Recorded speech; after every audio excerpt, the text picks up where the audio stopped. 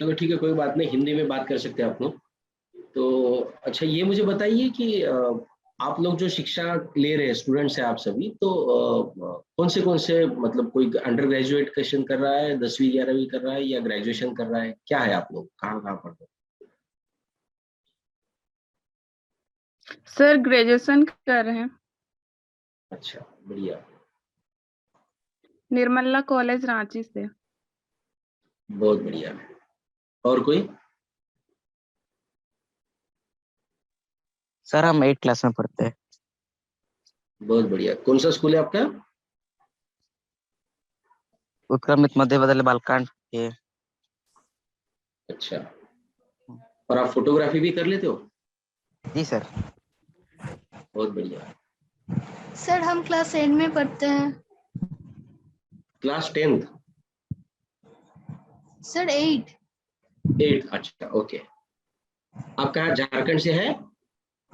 नहीं सर, कजरा से, कजरा high school. Okay, Hello, बहुत बढ़िया। हाँ बोलिए।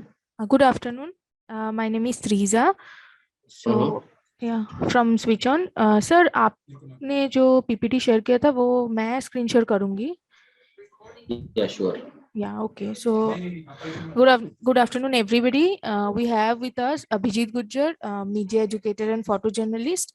He's an independent visual journalist. He's the only scholarship winner to participate in the Photo Evidence Workshop 2021 in France. He's the winner of the Photo South Asia Grant in 2020. He has been selected for the Indian Photo Festival 2020 for the portfolio reviews by the Nat Geo Photo team.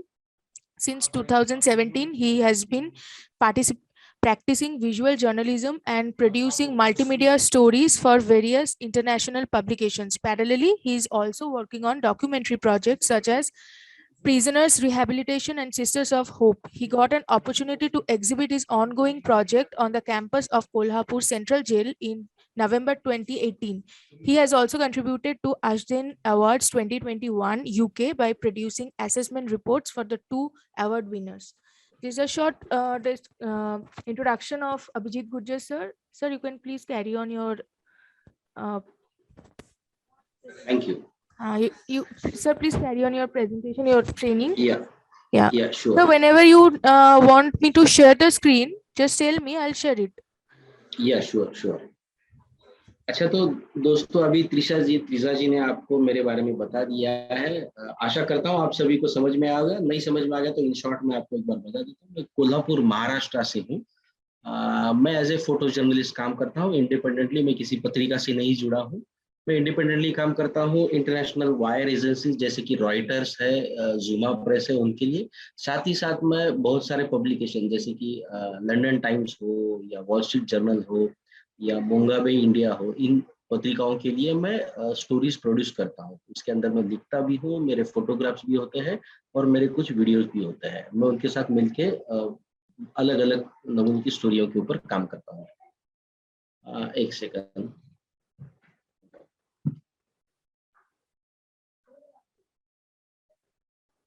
अच्छा, मैं दिखाई दे रहा हूँ? हमारे यहाँ कुछ light बिजली की दिक्कत नहीं है? Yes sir. अच्छा, हाँ तो ठीक है। तो मैं उनके साथ जुड़ा हुआ हूँ और साथ ही साथ मैं इंडिपेंडेंटली मेरा पर्सनल डॉक्यूमेंटेशन का काम चलता है। मतलब मैं मेरे पर्सनल प्रोजेक्ट्स के ऊपर काम करता हूँ और जैसे जैसे मुझे काम आता है तो उनके साथ जुड़ के मैं उनको कंट्रीब्यूट भी करते रहता हूँ। साथ ही साथ मैं कोल्हापुर, मेरे शहर के अंदर यूनिवर्सिटी है जिले के अंदर, वहाँ पे मैं फोटो जर्नलिज्म पढ़ाता भी हूँ, ऑनलाइन जर्नलिज्म के अंदर। ठीक है, तो इतना मेरे हिसाब से ठीक है। बाकी और कुछ जानकारी चाहिए तो स्विच ऑन के वेबसाइट के ऊपर या और कहीं आपको मेरे नाम का आप सर्च करोगे तो मिल जाएगा आपको। बस अवार्ड भी और ये चीजें सेकेंडरी है। हाँ बोलिए। हाँ बोलिए बोलिए बोलिए। सर আমি অ্যাটেন্ড আছি। नहीं, आपकी आवाज मुझे सुनाई नहीं दे रही है, आप बोलिए। My name is Pooja Bhandari. Okay, thank you. Join कर लीजिए। आपने आवाज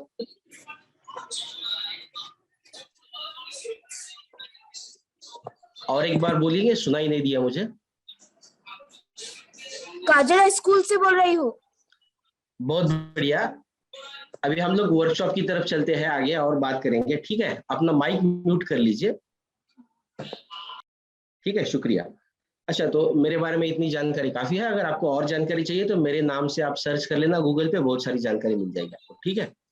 अच्छा, तो हम आ जाते हैं आज का वर्कशॉप। जैसे कि पिछला वर्कशॉप कितने लोगों ने अटेंड किया था, जो जून के महीने में हुआ था? आप में से कोई लोग थे उसके अंदर, पिछला जो वर्कशॉप हो गया था? सर हम नहीं थे।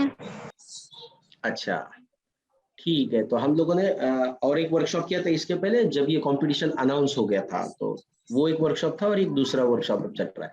तो इसकी लास्ट तारीख है 15 अगस्त। जैसे कि विनय सर ने बताया, 15 अगस्त से पहले आपको अपनी इमेजेस या वीडियो जो भी आप बनाना चाहते हो वायु प्रदूषण के ऊपर, उसका अवेयरनेस के बारे में, तो आप उसके अंदर डाल सकते हो, ठीक है, कंपटीशन के अंदर। तो अभी हम लोग आज बात कर रहे हैं फोटो जर्नलिज्म या विजुअल स्टोरी टेलिंग। जी सर, हेलो। हाँ बोलिए। हेलो।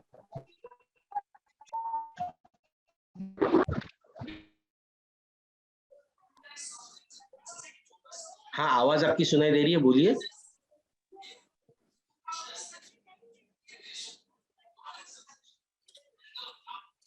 अच्छा, तो हम लोग आज अभी बात कर रहे हैं, आज हम पर्यावरण प्रकृति संवर्धन दिवस के ऊपर हम लोग साथ जुड़े हुए हैं। हाँ जी और सर। हम आज बात, हाँ बोलिए। सर नहीं समझ में आ रहा सर माय नेम इज सत्तोध्रुव रोकित।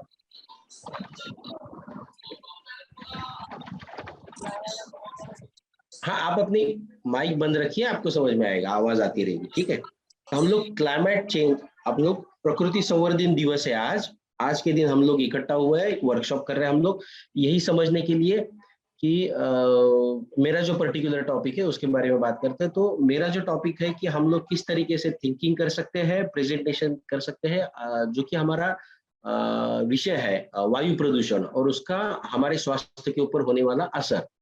तो उसके लिए हम लोग किस तरीके से सोचना चाहिए, किस तरीके से हम लोग उसको पोर्ट्रे कर सकते हैं वो चीजें, तो उसके बारे में मतलब वे ऑफ थिंकिंग क्या होना चाहिए उसके बारे में बात करेंगे। दूसरा एक है उसके अंदर क्या चीजें करना चाहिए, क्या नहीं करना चाहिए, वो भी एक सेकेंडरी चीज होती है कि फोटो जर्नलिज्म जो होता है, मतलब मानो कि हम लोग वेडिंग कर रहे हैं किसी शादी वगैरह का, या किसी त्योहार का हम लोग डॉक्यूमेंट कर रहे हैं, या कोई इवेंट डॉक्यूमेंट कर रहे हैं, तो उसमें हम बहुत सारी चीज कर सकते हैं। जैसे कि हमें फ्रीडम होता है कि किसी 4 लोगों को इकट्ठा करो, भाई आप थोड़ा ये साइड हो जाओ, आप थोड़ा ये साइड हो जाओ, तो हम लोग ये एडजस्टमेंट कर सकते हैं। लेकिन फोटो जर्नलिज्म में ये सब चीजें अलाउड नहीं होती है।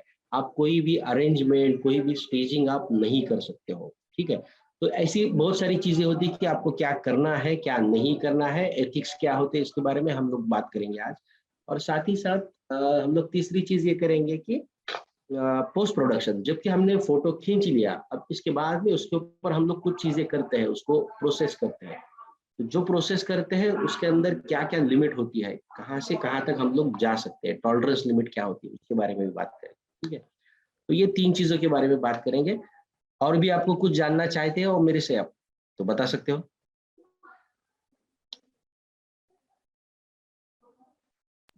Editing sir. ठीक है, तो कितना एडिटिंग कर सकते हैं, किस किस चीज कैसे कैसे कर सकते हैं हम लोग बताएंगे। वो जो टॉलरेंस तीसरा वाला जो चैप्टर होगा अपना कि कितने लिमिट तक हम उसको कर सकते हैं, तो हम लोग उसके अंदर बात करेंगे, ठीक है। तो आप मुझे आप बताइए, आप में से कितने लोगों ने इसके ऊपर सोचा है कि क्या थिंकिंग कर सकते हो, किस प्रकार से हम लोग वायु प्रदूषण के बारे में फोटो या वीडियो दिखा सकते हैं। मैं ज्यादातर फोटो के बारे में बात करूंगा क्योंकि मेरा सब्जेक्ट फोटोग्राफी है, फोटो जर्नलिज्म है, तो वीडियो में इतना मैं माहिर नहीं हूँ, तो मैं ज्यादातर फोटो के बारे में बात करूंगा। तो हम लोग फोटो के जरिए वायु प्रदूषण को किस तरीके से दिखा सकते हैं, क्या आप बता सकते हैं मुझे? कोई किसी ने इसके बारे में सोचा है कुछ? Industrial pollution. सही बात है, इंडस्ट्रियल पोल्यूशन एकदम करेक्ट है, लेकिन इसको दिखाएंगे कैसे?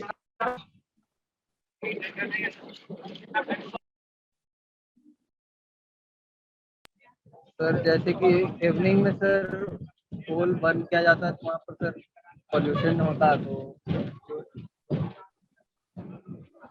अब इंडस्ट्रियल पोल्यूशन आपने बोल दिया, इंडस्ट्रियल पोल्यूशन में जो धुआं छोड़ता है, जो चिमनी होती है, जो एग्जॉस्ट होता है उसका, तो वहां से धुआं सब खुले आसमान में मिलते जाता है, ये एक चीज सही बात है। अगर आप सोचो कि ये हो गया फैक्ट हो गया कि हमें ये बताना है कि इसके सोर्सेस क्या है। अभी आप बोल रहे हो सोर्सेस के बारे में, इंडस्ट्रियल पोल्यूशन मतलब सोर्सेस, किन किन चीजों की वजह से पोल्यूशन हो रहा है। जैसे कि इंडस्ट्रियल हो गया, व्हीकल्स काफी सारे हमारे यहाँ पे, बसेस चलती है, गाड़ियां चलती है, 2 पहिया है, 4 पहिया है, बहुत सारी गाड़ियां चलती है, इनका धुआं निकलता है जो कि हवा के अंदर चला जाता है। और भी काफी सारी चीजें जैसे कि एरोप्लेन उड़ता है, उनका भी धुआं हवा के अंदर आ जाता है। हम लोग रॉकेट छोड़ते हैं तो उसका भी धुआं आता है। कोई भी चीज जल रही है हम लोग जलाते हैं, जैसे खेतों में हम लोग जला देते हैं कभी कभार, या जो जंगल पहाड़ होते हैं वहां पे भी आग लग जाती है तो उसका भी धुआं निकल के आता है। काफी सारी चीजें, जो भी चीज जलती है तो वो कहीं ना कहीं से किसी रूप से हवा के अंदर वो धुआं छोड़ती है। तो धुआं बहुत बार ये धुआं अपनी सेहत के लिए हानिकारक होता है। हम अगर ये धुआं हम लोग अंदर लेते हैं सांस के अंदर तो हमारे फेफड़ों में ये असर करता है। तो हम लोगों ने बात किया था सोर्सेज के ऊपर, तो हम लोग सोर्सेज डिफाइन कर सकते हैं कि ये प्रॉब्लम, ये धुआं प्रदूषण जो हो रहा है, वो वायु प्रदूषण जो हो रहा है, वो किस किस चीजों से हो रहा है। तो ये हम लोगों ने थिंक कर लिया, डिस्कस कर लिया कि इसके सोर्सेस एक चीज ये है, दूसरी चीज ये है, तीसरी चीज ये है, चौथी चीज ये है। तो ये इतने सारे चीजों की वजह से धुआं फैलता है या वायु का प्रदूषण होता है। अब इसके बारे में आगे और जाके बात कर सकते हो। तो उसके पोल्यूशन के बचने के लिए हम लोग क्या कर रहे हैं आज, कोई बता सकता है हम लोग पोल्यूशन से बचने के लिए क्या कर सकते हैं या क्या कर रहे हैं? Sir use mask. बराबर है। CNG instead of CNG and LPG instead of petroleum. हाँ ठीक है। और सर पेड़ पौधे लगा के। बराबर। तो हम लोग जो भी गाड़ियां हैं, जो पोल्यूशन हवा का हो रहा है वो होता है कार्बन डाइऑक्साइड, वो ज्यादातर छोड़ता है, और पेड़ पौधे होते हैं कि वो कार्बन डाइऑक्साइड एब्सॉर्ब कर लेते हैं। तो हम लोग ये जो हानिकारक कार्बन डाइऑक्साइड है उससे बच सकते हैं कि ये पेड़ ले रहे हैं तो हम लोग बच जाएंगे इससे। एक बात सही है। तो हम लोग और क्या करते हैं, जैसे कि हम लोग कोविड के दौरान मास्क लगा रहे थे, तो ये नॉर्मली जो अस्थमा पेशेंट्स होते हैं तो वो मास्क लगा लेते हैं। बराबर। काफी सारे लोगों को आपने देखा होगा, जो अस्थमा पेशेंट्स है वो लोग मास्क लगाते हैं तो उनको फेफड़े बहुत संवेदनशील हो जाते हैं, तो उनको वो मास्क पहनना जरूरी होता है। जैसे कि वो पब्लिक ट्रांसपोर्ट इस्तेमाल कर रहे हैं या पब्लिक के अंदर जब भी घूम रहे बाहर, तो वो लोग अपने को बचाने के लिए, अपने आप को बचाने के लिए मास्क लगा रहे हैं। तो हम लोग मास्क लगाए हुए लोगों का फोटो खींच सकते हैं। दूसरी बात, जैसे कि सोर्सेस के बारे में जब भी बात करें तो हम लोग जो इंडस्ट्री की चिमनी होती है, जो एग्जॉस्ट होता है, जहाँ से धुआं निकल रहा है वो ले सकते हैं। गाड़ियों का जो एग्जॉस्ट होता है, जहाँ से धुआं निकलता है वो ले सकते हैं। जैसे कि बड़ी ट्रक हो या बड़ी बस हो तो उसका धुआं ज्यादा निकलता है, काला धुआं निकलता है, तो उसका फोटोग्राफ ले सकते हो आप। वो धुएं में से रास्ता निकालने वाले बच्चे दिखा सकते हो आप। तो ये हो गया कि आप उसको किस तरीके से दिखा रह सकते हो। बराबर। तो पिछली बार भी मैंने एक बात की थी कि अगर इसकी इंटेंसिटी, ये हो गया जनरल, ये डायरेक्ट फर्स्ट हैंड इन्फॉर्मेशन होगी कि यहाँ से धुआं आ रहा है और ये लोग अपने आप को बचाने के लिए या तो मास्क लगा रहे हैं, उसमें से रास्ता निकाल रहे हैं, जो भी कर रहे हैं। बराबर। लेकिन आगे जाके जहाँ पे आप कोई ENT जो होता है, ENT माने समझ सकते हो आप, ENT डॉक्टर होता है।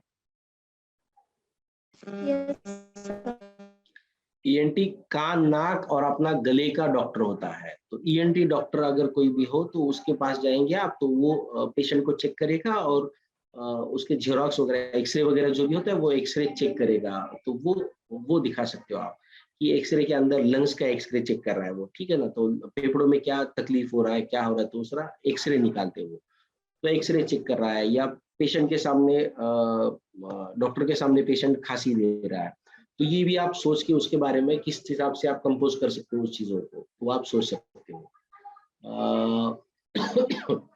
इंडस्ट्री के अंदर कोई भी इंडस्ट्री होता है, जैसे कि जहाँ पे केमिकल्स निकलते हैं या केमिकल्स का इस्तेमाल होता है, तो फ्यूम्स रहती है, या फिर वहां से जो प्रोसेस करने के बाद में जो जहरीला धुआं निकलता है, तो उससे बचने के लिए वो लोग ग्लव्स पहनते हैं इंडस्ट्री के अंदर, मास्क लगाते हैं, या फिर पूरा मुंह को ढक लेते हैं, जैसे कि सूट होता है पूरा, तो वो पहन लेते हैं।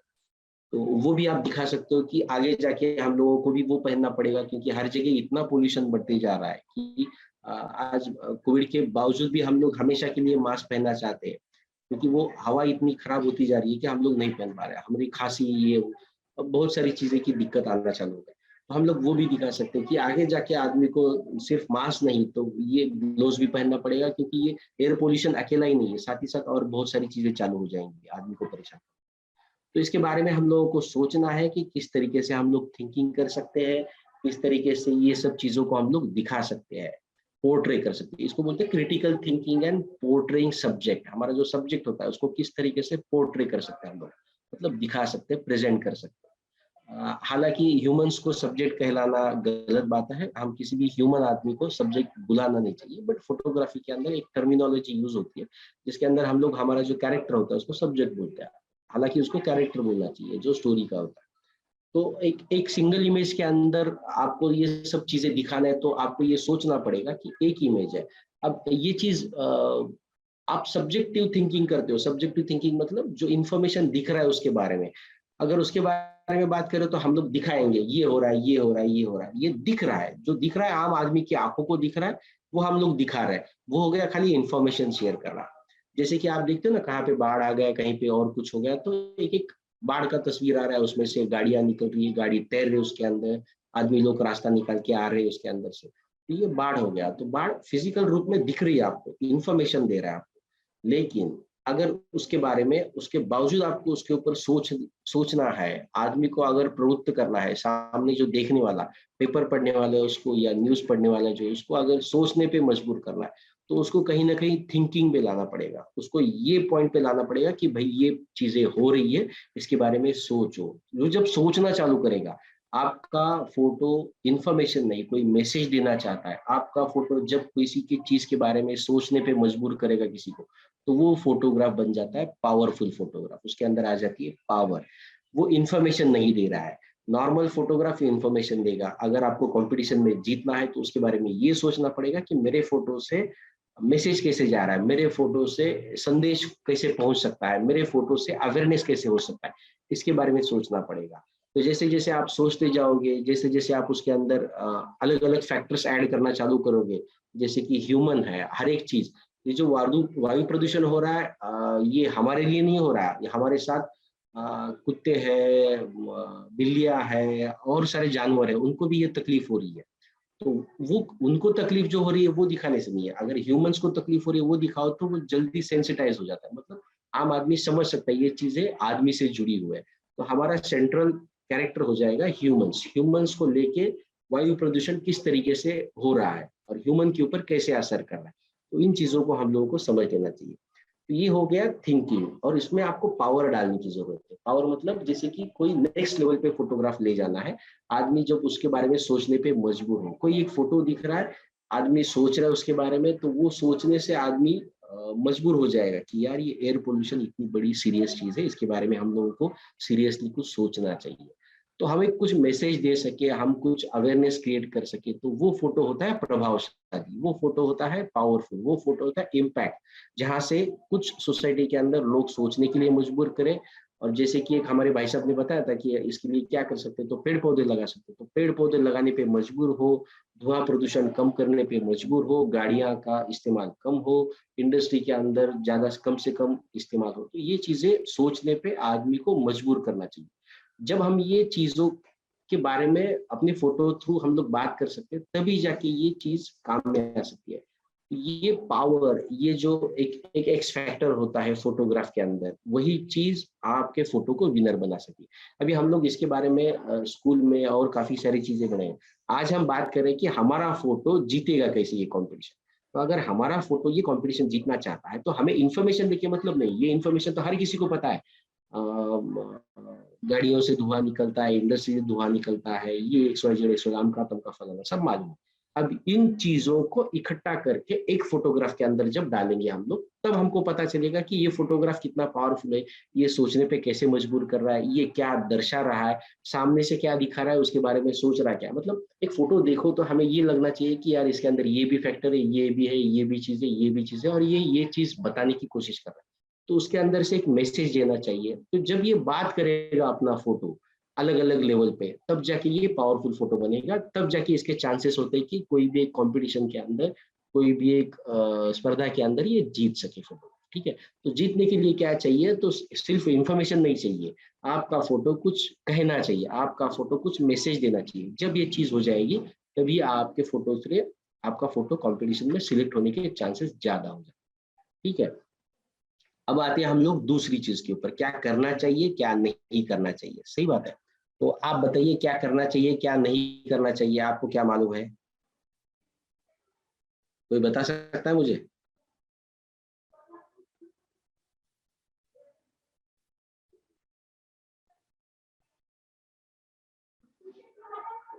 फोटोग्राफ लेते समय क्या करना चाहिए क्या नहीं करना चाहिए, कोई बता सकता है मुझे?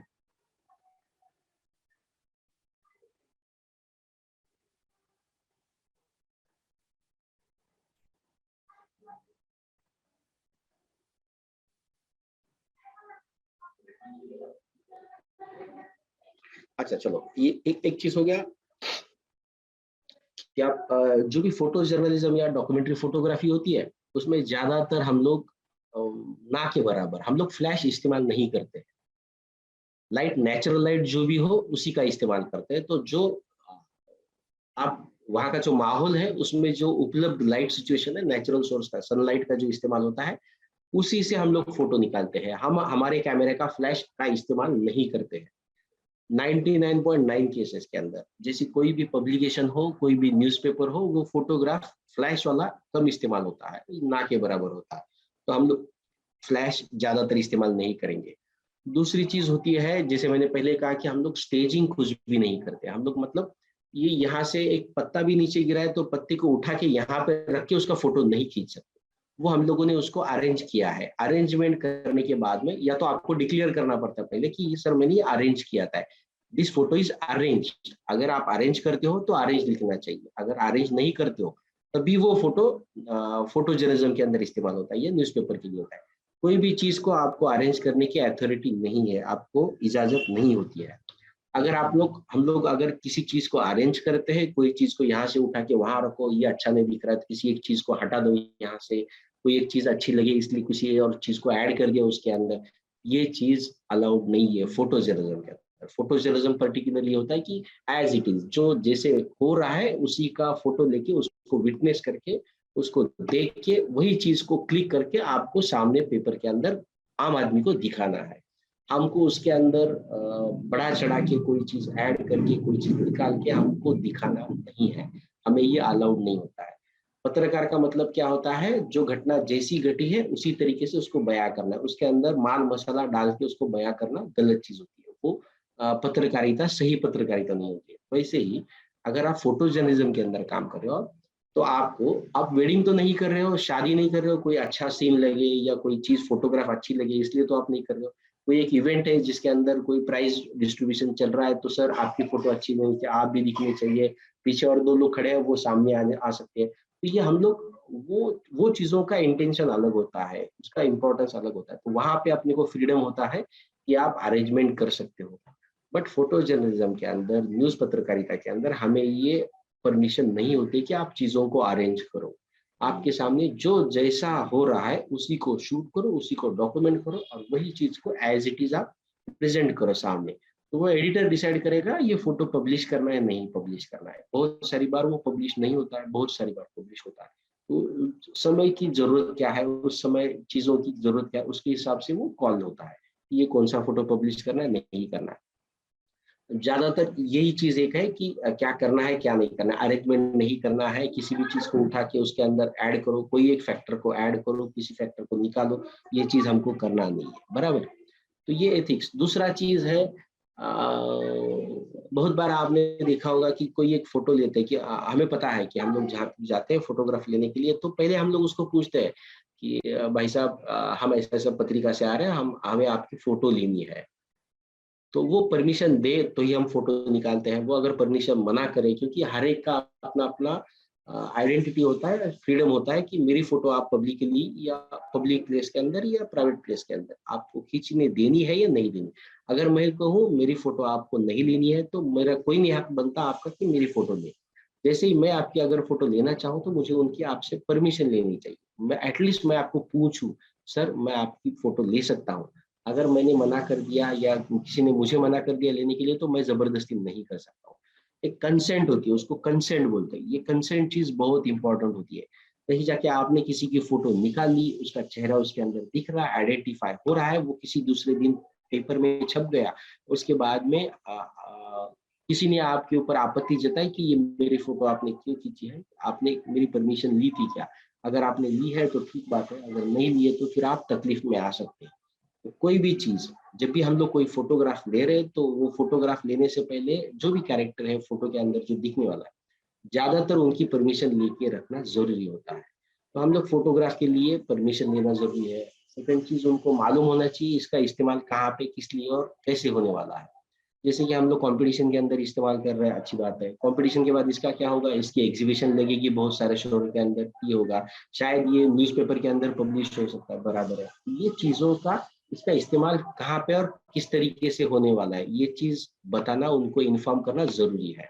अब फॉरेन के जो पब्लिकेशंस होते हैं जहाँ पे हम लोग डॉक्यूमेंट्री काम करते हैं या फिर और कुछ काम करते हैं, तो एक होता है कि पब्लिक प्लेस के अंदर, पब्लिक प्लेस मतलब जो सार्वजनिक जगह होती है, वहां पे खींची गई फोटो को परमिशन लेने की ज्यादातर जरूरत नहीं होती है, क्योंकि वो पब्लिक स्पेस में है, पब्लिक जगहों पे है, तो हमें परमिशन लेने की ज्यादातर जरूरत नहीं। लेकिन अगर किसी प्राइवेट प्रॉपर्टी के अंदर कुछ हो रहा है या जो सरकारी जगह नहीं वहां पे कुछ हो रहा है, गैर सरकारी जगह पे, तो वहां पे हो रहा है, तो हमें परमिशन लेना जरूरी है। और फॉरेन के पेपर जो होते हैं वो जगह का होता है, उसका अलग नाम होता है, और आदमी का कंसेंट होता है, जो ह्यूमंस का कंसेंट होता है उसका अलग नाम होता है, वो मॉडल रिलीज कहलाता है। और एक दूसरा होता है प्रॉपर्टी रिलीज, जो जगह पे है। आपको पता होगा बहुत सारी जगह पे फोटो लेना मना है, तो जैसे जहाँ पे मना है तो वहां पे नहीं ले सकते, जो जहाँ पे परमिटेड है वहां पे आप फोटोग्राफ ले सकते। तो ये एक चीज है कि परमिशन लेना जरूरी है। दूसरी बात, उनको इन्फॉर्म करना जरूरी है कि इसका कहाँ पे कैसे इस्तेमाल होने वाला है। ठीक है, तो ज्यादातर फोटोग्राफ क्या होता है, बहुत बार ये फोटोग्राफ चली जाती है सोशल मीडिया के अंदर, और सोशल मीडिया से फिर ऐसा ना हो कि किसी का पर्सनल लाइफ जो है वो परेशानी में आ सके, उनको कोई आपत्ति हो उस चीज का। तो ये चीज सबसे पहले ध्यान में रखनी चाहिए कि हम लोग जिनका फोटोग्राफ ले रहे हैं उनको मालूम ना हो, उनको कोई आपत्ति ना हो, उनको मालूम हो इसका किस लिए इस्तेमाल होने वाला है और कैसे इस्तेमाल होने वाला है। तो ये चीजों के ऊपर ज्यादातर ध्यान देना जरूरी है। तो हम लोग ये क्या है, फोटोग्राफ के हम लोग फोटो ले रहे हैं, हम कुछ चीज कर रहे हैं, तो उसके चलते हम लोग इन चीजों को, बेसिक है ये, बेसिक राइट्स है हर एक का, ये अधिकार होता है कि मेरी फोटो खिंचवानी है नहीं खिंचवानी। अगर मैं मना करूँ तो कोई मेरी जबरदस्ती नहीं कर सकता। ये हम लोग जो फ्रीडम जो होता है हर एक का बेसिक राइट है, इस चीज को हम लोग भूल जाते हैं। तो ये लेना जरूरी है, एटलीस्ट राइटिंग में ले लो। फॉरेन पेपर जिनके साथ मैं काम करता हूँ, मेरे लिए, मुझे वो जरूरी है कि मैं राइटिंग में ले लूँ। मेरा भी एक कॉन्ट्रैक्ट उनके साथ बन जाता है कि मैं आपके लिए फोटोग्राफ कर रहा हूँ, तो वो मेरे 2-3 फोटो 4 फोटो ले रहे हैं, वो छपवा रहे हैं, तो उसका एक लॉकिंग पीरियड होता है, साथ ही साथ वो मुझे पैसा देने वाले, कितना कितना रुपीस देने वाले हैं, और उसका राइट मैं उनको सरेंडर कर रहा हूँ इस्तेमाल करने की। वो सारी चीजें उसके अंदर मेंशन होती है। ये कॉन्ट्रैक्ट बनता है फोटोग्राफर के और पब्लिकेशन के बीच। साथ ही साथ ये होता है उनको कि जो आप जिनका फोटो ले रहे हो उनके भी कंसेंट चाहिए, उनको राइटिंग में कंसेंट देना पड़ता है जिनका फोटो ले रहा हूँ उनसे। ठीक है, तो ये फॉरेन का हो गया। हमारे यहाँ पे ये इतना प्रचलित नहीं है, हम लोग इसको थोड़ा सा इम्पोर्टेंस कम देते हैं, महत्व कम देते हैं। हम लोग परमिशन के बारे में उतना सीरियस नहीं होते हैं। तो लेकिन ये होना जरूरी है। तो ये डू और डू नॉट, हम लोग क्या करना चाहिए क्या नहीं करना है, उसके अंदर ये एक इम्पोर्टेंट चीज है। ठीक है, और उसके सिवाय एक होता है कि हम क्या ना करें। तो ज्यादातर आइडेंटिटी डिस्क्लोज हो जाती है चेहरा दिखाने से।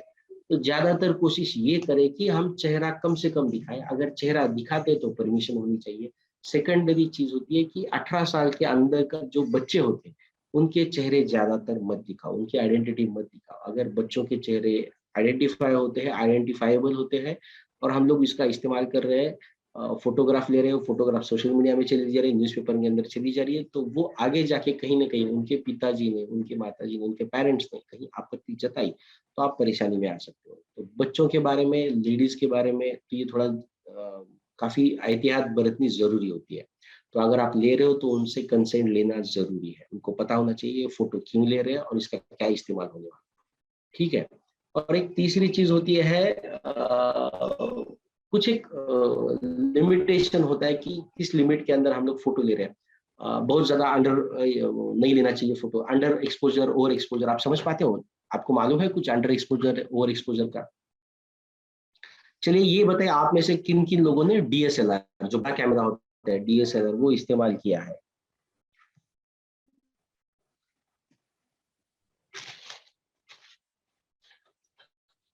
ये डीएसएलआर कैमरा होता है, ये बड़ा वाला कैमरा। लेंस लगी होती है, उसको ये लेंस निकालते हैं, लगाते हैं। कितने लोगों ने ये ऐसा कैमरा इस्तेमाल किया है, जानते हैं इसके बारे में, कैसे चलाया जाता है इसको? सर हम तो इस्तेमाल नहीं किए पर हाँ ठीक है, ज्यादातर लोगों ने इस्तेमाल नहीं किया है। अब चलिए ये बताइए, आप में से कितने लोगों ने मोबाइल से फोटो खींच ली है? सर हम लोग मोबाइल से किए हैं। बराबर। और बाकी लोगों ने मोबाइल से किया है? कैसे फोटो लेते आप? सर मोबाइल से मोबाइल से लेते ही आप? फोटो मोबाइल से। सर मोबाइल ठीक है, तो ठीक है, तो आप ज्यादातर मोबाइल से फोटो लेते हो। तो एक बेसिक चीज मैं आपको समझा देता हूँ, मोबाइल और ये जो डीएसएलआर प्रोफेशनल कैमराज होते हैं उसके बारे में।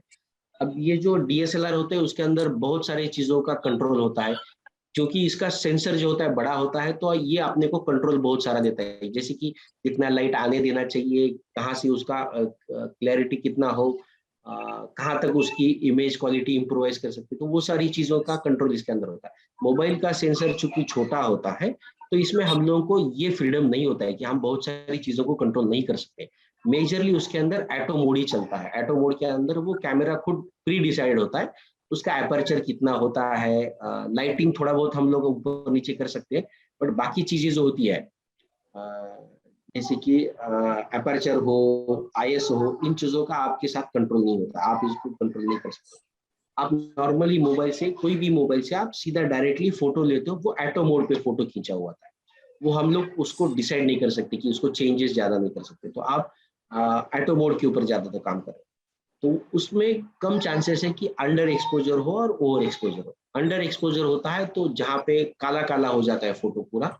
बहुत बार आपको मालूम होगा, ये डीएसएलआर अगर आप इस्तेमाल करते हो तो आपको मालूम पड़ेगा कि फोटोग्राफ जो होती है वो अंडर एक्सपोजर, काली काली आ जाती है, तो उसको एक्सपोजर सही नहीं होता है। तो वो अंडर एक्सपोजर ज्यादा और ज्यादा ओवर एक्सपोज नहीं होना चाहिए। दोनों भी चीज इंपॉर्टेंट है कि ओवर एक्सपोज भी ना हो, ताकि सब पूरा सफेद सफेद लगे, और अंडर एक्सपोज तो पूरा काला लगे। तो एक्सपोजर लाइन सही मैनेज करना आना चाहिए। बट साथ ही साथ ये होता है कि उसके अंदर लाइट का मजा आना चाहिए। फोटोग्राफ कोई भी हो तो अभी बेसिक चीज है, फोटोग्राफी मतलब क्या होता है? कोई जानता है फोटोग्राफी शब्द का अर्थ क्या होता है? फोटोग्राफी शब्द का अर्थ क्या होता है? फोटो और ग्राफी दोनों की मिला के एक वर्ड बन गया है, ये ग्रीक वर्ड है फोटोग्राफी। फोटो मतलब, साइंस पढ़ने वाले कितने हैं? फोटो का मतलब क्या होता है? लाइट। बिल्कुल सही। फोटो का मतलब होता है लाइट। फोटो, फोटो सूरज की लाइट है, फोटो हमारे बल्ब से जो जलती है वो लाइट है। आर्टिफिशियल लाइट और नेचुरल लाइट, दो सोर्सेस होते हैं। तो वो फोटो का मतलब होता है लाइट, हम लोग फोटोग्राफ बोलते हैं। तो ये जो भी फोटोग्राफ बनता है वो एक चीज होता है कि फोटो लाइट पावर, हम जो लिखते हैं, हम जो निकालते हैं। ग्राफी मतलब कैलीग्राफी, मतलब जो लिखते हैं हम लोग, किस प्रकार से लिखते हैं, किस ढंग से लिखते हैं। तो हम जो लिखते हैं लाइट, तो लाइट के साथ, लाइट का इस्तेमाल करके हम जो लिखते हैं उस चीज को बोला गया है फोटोग्राफी। फोटोग्राफी मतलब जो लाइट लेके हम लोग लिखते हैं, लाइट द्वारा, लाइट के साथ, लाइट की मदद लेके हम लोग जो भी प्रोड्यूस कर रहे हैं, जो भी लिख रहे हैं, जो भी हम लोग मैसेज देने की कोशिश कर रहे हैं, वो चीज बन जाती है फोटोग्राफी। तो फोटोग्राफ मतलब इमेज, इमेज अलग बात है। तो फोटोग्राफ बेसिकली होता है कि लाइट का इस्तेमाल करके हम लोग कोई चीज बता रहे हैं। तो लाइट का बहुत ही अच्छे से इस्तेमाल जहाँ पे कर सकते हैं हम लोग, मतलब जितना भी हम लोग अच्छा लाइट का इस्तेमाल करेंगे, सेंसिटिव लाइट का इस्तेमाल करेंगे, ब्यूटीफुल लाइट का इस्तेमाल करेंगे, उतनी वो फोटो बढ़िया दिखेगी। तो फ्लैट लाइट क्या होता है कि हर एक चीज बिल्कुल लाइट में है, तो वो क्या हो जाता है, एकदम फ्लैट हो जाता है फोटो। तो वो लाइट का एक ये होना चाहिए कि कहाँ पे लाइट कम हो, कहाँ पे ज्यादा हो। गोल्डन लाइट, अच्छा गोल्डन लाइट किन किन लोगों को पता है गोल्डन लाइट क्या होती है?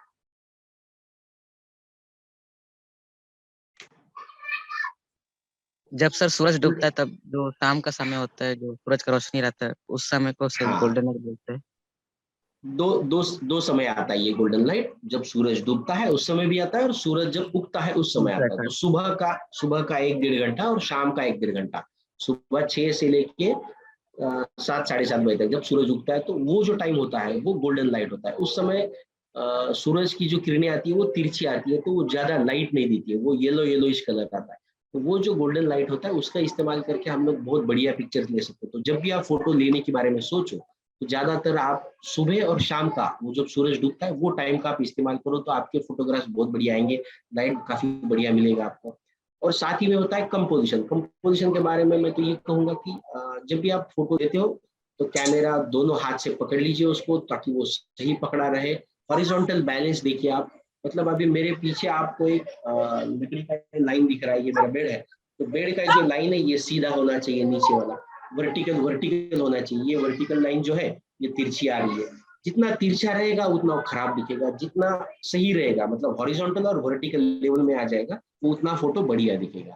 तो हमको क्या करना है, जो वर्टिकल और हॉरिजॉन्टल, तो ये करने के लिए या तो आपकी नजर उतनी अच्छी होनी चाहिए, दूसरी चीज उस मोबाइल के अंदर ग्रिड होता है। कितने लोगों को पता है मोबाइल के अंदर ग्रिड होता है? सर मेरे को पता है, मेरा मोबाइल में ग्रिड है। हाँ, तो जब भी आप फोटो निकालना चाहो तो आप फोटोग्राफी करो, इसके लिए तो आप ग्रिड चालू करो। ग्रिड चालू करने से क्या है, आपको समझ में आएगा वर्टिकल रेखा और हॉरिजॉन्टल, तो आप उसके हिसाब से पकड़ लो। एक ये चीज हो गया। और दूसरी चीज होती है कि जो भी आपका कैरेक्टर है, जो भी आपका सब्जेक्ट है, उसको आप गोल्डन पॉइंट पे लेकर आओ। गोल्डन पॉइंट माने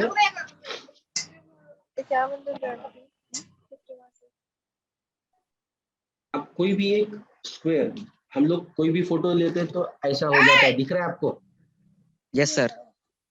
ये ग्रिड बन गया आपका।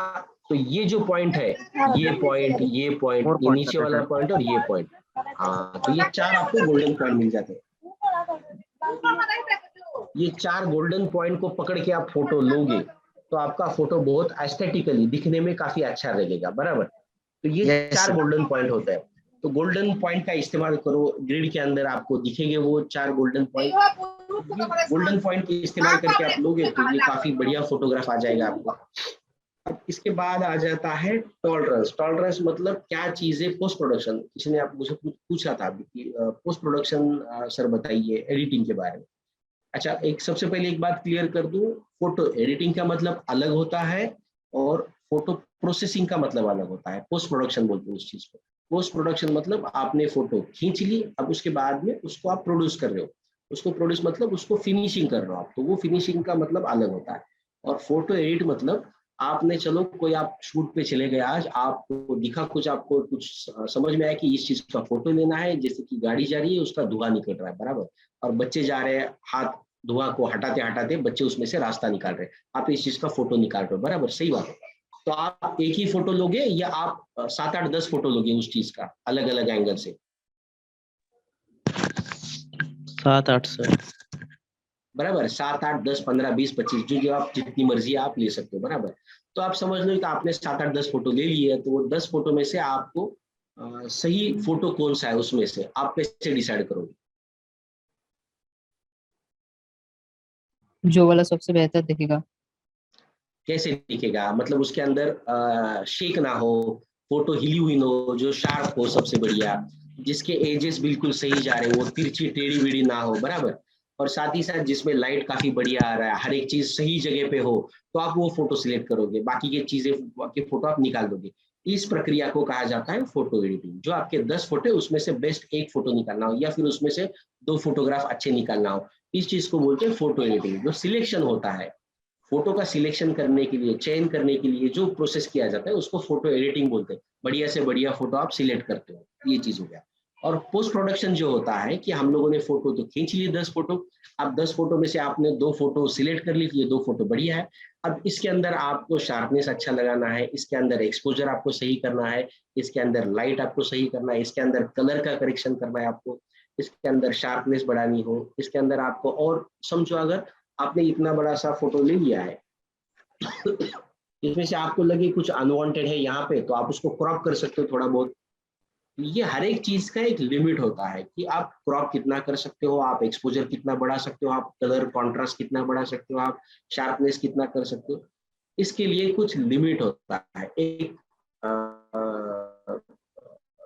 स्टैंडर्ड होता है SOP उसके लिए। मतलब जो इंटरनेशनल फोटो एजेंसीज है, आर्टिस्ट हो, आप आर्ट प्रोड्यूस कर रहे हो, आप पेंटिंग बना रहे हो, तो उसके लिए कोई गाइडलाइन नहीं, उसके लिए कोई नियमावली नहीं है। बट आप पेपर के लिए काम कर रहे हो, आपका फोटो पेपर के अंदर छपना चाहिए, आपका फोटो मीडिया के अंदर इस्तेमाल होने वाला है, तब आपको जरूरी है। आप सोशल मीडिया के लिए फोटोग्राफ ले रहे हो, आप कुछ भी कर सकते हो, आपको पूरा स्वातंत्र है आपको कि आप जितनी मर्जी आप उसके अंदर कॉन्ट्रास्ट बढ़ा दो, जितनी मर्जी कलर बढ़ा दो, जितनी मर्जी वाइब्रेंस बढ़ा दो, जितनी मर्जी आप उसको क्रॉप करो, छोटा करो, वो आपके हाथ में है। लेकिन जैसे आप पेपर के लिए काम करते हो तो आपको रिस्पॉन्सिबली बिहेव करना चाहिए। वहां पे जो एथिक्स है, स्टैंडर्ड है, वो स्टैंडर्ड को फॉलो करना जरूरी है। जैसे कि +- होता है कि 10, अब जो लाइट है उसको 10 पॉइंट तक आप बढ़ा सकते हो या 10 पॉइंट तक घटा सकते हो। शार्पनेस है 10 पॉइंट तक बढ़ा सकते हो, 10 पॉइंट से कम कर सकते हो। अच्छा, ये पोस्ट प्रोडक्शन के लिए आप क्या इस्तेमाल करते हो? मोबाइल के अंदर फोटो निकालते हो, तो ये जो आप कॉमनली हम लोग एडिटिंग बोलते हैं उसको, ये होता है पोस्ट प्रोडक्शन। आप क्या करते हो, किस सॉफ्टवेयर का इस्तेमाल करते हो एडिटिंग प्रोसेसिंग के लिए? Lightroom, PicsArt. राइट, लाइटरूम है, फोटोशॉप है। ये मोबाइल के ऊपर आप इस्तेमाल करते हो या कंप्यूटर के ऊपर काम करते हो? मोबाइल से। के ऊपर। अच्छा, ये दोनों जो मैंने बताए थे, फोटोशॉप हो, लाइटरूम हो, दोनों ऐप, फोटो दोनों सॉफ्टवेयर मोबाइल पे भी चलते हैं और कंप्यूटर पे भी चलते हैं। तो आप कंप्यूटर पे भी इसको डाउनलोड करके इस्तेमाल कर सकते हो। कुछ चीजें बेसिक होती है, उसके अंदर सीखना पड़ेगा आपको थोड़ा सा कैसे चलाने हो सॉफ्टवेयर को, फिर आपको समझ में आ जाएगा। ठीक है, तो आप ये दोनों सॉफ्टवेयर का इस्तेमाल कर सकते हैं और उसके अंदर आप देखेंगे लाइटरूम के अंदर या फोटोशॉप के अंदर +10 -10 आपको दिखाई देगा। तो बस उतना ही है। आपको 25-30 शार्पनेस करना है, 25-30 आप कलर बढ़ा रहे हो, कलर बढ़ा रहे हो, या 25-30 तक आप लाइट बढ़ा रहे हो उसके अंदर एक्सपोजर। आपका फोटो अंडर आ गया और आप 30 तक आपको पॉइंट तक उसको एक्सपोजर बढ़ाने की जरूरत पड़े, तो वो चीज गलत हो जाती है। वो चीज करना अलाउड नहीं है फोटो जरूरत, मतलब उतना अच्छा सर, टॉलरेंस नहीं दिया गया है। अभी आपकी सर जानकारी। मेरा एक क्वेश्चन है कि सर मुझ मतलब कैमरे में फोटो तोल सकते हैं या फिर ऐसा फोन में से भी? जब आप फोटो खींचते हो तो उस समय भी सेटिंग कर सकते हो। आपके मोबाइल के अंदर मुझे पता नहीं आप कौन सा इस्तेमाल करते हैं, लेकिन आज की तारीख में जो नए नए मोबाइल्स आ रहे हैं उसके अंदर प्रो मोड होता है, PRO, pro mode. Pro mode समझते हो आप? तो प्रो मोड का मतलब होता है प्रोफेशनल मोड। तो प्रोफेशनल मोड के अंदर आप अपर्चर छोड़ के, एफ वैल्यू जो होती है अपर्चर, मतलब कैमरा का लेंस कितना खुलना है, वो छोड़ के बाकी चीजें ISO हो, शटर हो, अपना एक्सपोजर लाइन हो, ये आप सेट कर सकते हो। आपको कितना एक्सपोजर चाहिए, कितना शटर स्पीड चाहिए, कितना ISO चाहिए, ये आप कर सकते हो जब आप फोटो खींच रहे हो। अच्छा सर, फोटो का टाइप कैसा टाइप का फिर फोटो देना होगा सबमिशन में? सबमिशन का गाइडलाइन तो अलग है, वो तो मतलब आप जब स्विच ऑन की वेबसाइट पे जाओगे तो वहां पे बता दिया जाएगा कि आप कितने साइज बाय कितने साइज का आपको चाहिए फोटोग्राफ, मिनिमम उसका साइज क्या होना चाहिए, कितना KB किलोबाइट चाहिए, MB चाहिए, तो वो चीजें आपको उसके अंदर बता दी जाएगी। मुझे इतना ही जानकारी है उस चीज की। लेकिन आप नॉर्मली उसका एक स्टैंडर्ड हॉरिजॉन्टल पोर्ट्रेट होता है, हॉरिजॉन्टल, वर्टिकल और हॉरिजॉन्टल होता है। आप हॉरिजॉन्टल इस्तेमाल कर सकते हो, वर्टिकल भी इस्तेमाल कर सकते हो। फोटोग्राफ 3:4 उसका एस्पेक्ट रेशियो होता है। नॉर्मली सभी चीजें वही होता है, मतलब 4 हॉरिजॉन्टल हो गया तो 3 वर्टिकल हो जाता है, 4/3 वर्टिकल या हॉरिजॉन्टल, वो एस्पेक्ट रेशियो चलता है 2:3। ठीक है, वो एस्पेक्ट रेशो वो स्टैंडर्ड होता है। आप फाइल साइज जो होती है, जो भेजनी है, कैसे भेजनी है, फाइल साइज आपको बता दी जाएगी उसके हिसाब से। स्विच ऑन की वेबसाइट जाओगे, इसका नोटिफिकेशन देखोगे तो उसके अंदर समझ में आएगा। रही बात अपने टॉपिक के ऊपर आते हैं, तो आप जब भी आप फोटोग्राफ कोई ले रहे हो तो उसके अंदर आपको पहले से भी आप ले सकते हो। जैसे कि मोबाइल के अंदर ये सारी चीजें होती है, आप पहले से आप डिसाइड कर सकते हो क्या चीज कैसे करना है, क्या नहीं करना है। मैं जस्ट आपको बता देता हूँ कहाँ पे ये प्रो सेटिंग होता है। शायद बहुत सारे लोगों को पता होगा ये चीजें। ये यहाँ पे देखो, यहाँ पे प्रो मोड दिख रहा है आपको ऊपर, PRO प्रो मोड। हाँ, तो ये प्रो मोड होता है। प्रो मोड जाने के बाद में आपको ये सारी चीजें समझ में आ जाएगी। ठीक है, तो इसके लिए थोड़ा सा टाइम लेता है, ये 1 आध घंटे में तो चीज सिखाई नहीं जा सकती। तो सर उसके अंदर जाके आप इस टॉपिक के ऊपर सर हमको फोटो देना पड़ेगा? वायु प्रदूषण के ऊपर आपको देना है। वायु प्रदूषण किस तरीके से हमारी जिंदगी में असर कर रहा है, कितना तकलीफ दे रहा है, और इससे आम आदमी कैसे जूझ रहा है। तो ये हो कि वायु प्रदूषण और मनुष्य, इसका संबंध क्या है, अब इसको एक्सप्लोर करना है। बराबर सर, अपलोड किस में करना है? बोला ना कि हमको अपलोड किस में करेंगे सर? अपलोड करने के लिए वो डिटेल्स जो है ना वो प्रोग्राम के एंड में आपको एक बार बता दिया जाएगा। वेबसाइट है स्विच ऑन की, वहां पे आपको कंपटीशन का डिटेल्स मिल जाएगा और कहाँ पे कैसे अपलोड करना है, किस मेल पे भेजना है, कौन सी फाइल साइज होनी चाहिए, फाइल के अंदर क्या क्या होना चाहिए, आपका नाम कहाँ पे होना चाहिए, क्या नहीं, वो सब चीजें आपको उसके अंदर जानकारी दी जाएगी। ठीक है, अभी आप बताइए, हम लोग 3 चीजों का कवर कर लिया। एक थिंकिंग किस तरीके से होनी चाहिए कि हमको क्या दिखाना है, कैसे दिखाना है, और उसके अंदर इंफॉर्मेशन देनी है या पावर डालनी है, उसके अंदर जान कैसे डालनी है, ये चीज समझ में आ गया। क्या करना है क्या नहीं करना है, पब्लिक प्लेसेस के अंदर परमिशन की जरूरत नहीं, बट हम लोग किसी डॉक्टर के हॉस्पिटल के अंदर जा रहे हैं, किसी के घर के अंदर जा रहे हैं, किसी के प्राइवेट प्रॉपर्टी के अंदर फोटो ले रहे हैं, तो परमिशन लेना जरूरी है। बगैर परमिशन फोटो मत खींचिए। जो उनकी फोटो खींच रहे तो उनको ये जानकारी दीजिए किस लिए फोटो खींची जा रही है और इसका क्या इस्तेमाल होने वाला है। सही बात है, तो ये चीजें हो गया। दूसरी है कि अंडर एक्सपोज ओवर एक्सपोजर मत कीजिए, ताकि पोस्ट प्रोडक्शन के अंदर ये चीजें आपको करने की जरूरत ना पड़े। ये भी चीज आपको समझ में आ गई। अब टॉलरेंस जो होता है, और एक चीज है कि बच्चों के ज्यादातर फोटोग्राफ मत खींचिए, उनका चेहरा ना दिखे, जितना भी हो सके चेहरा समझ में नहीं आए, मतलब चेहरा ना दिखे उस हिसाब से फोटोग्राफ लीजिए। ठीक है, अगर आप चेहरा दिख रहा है तो उनकी परमिशन लेना जरूरी है। बच्चों के केस में उनके माता पिता से जरूरी परमिशन होना जरूरी है।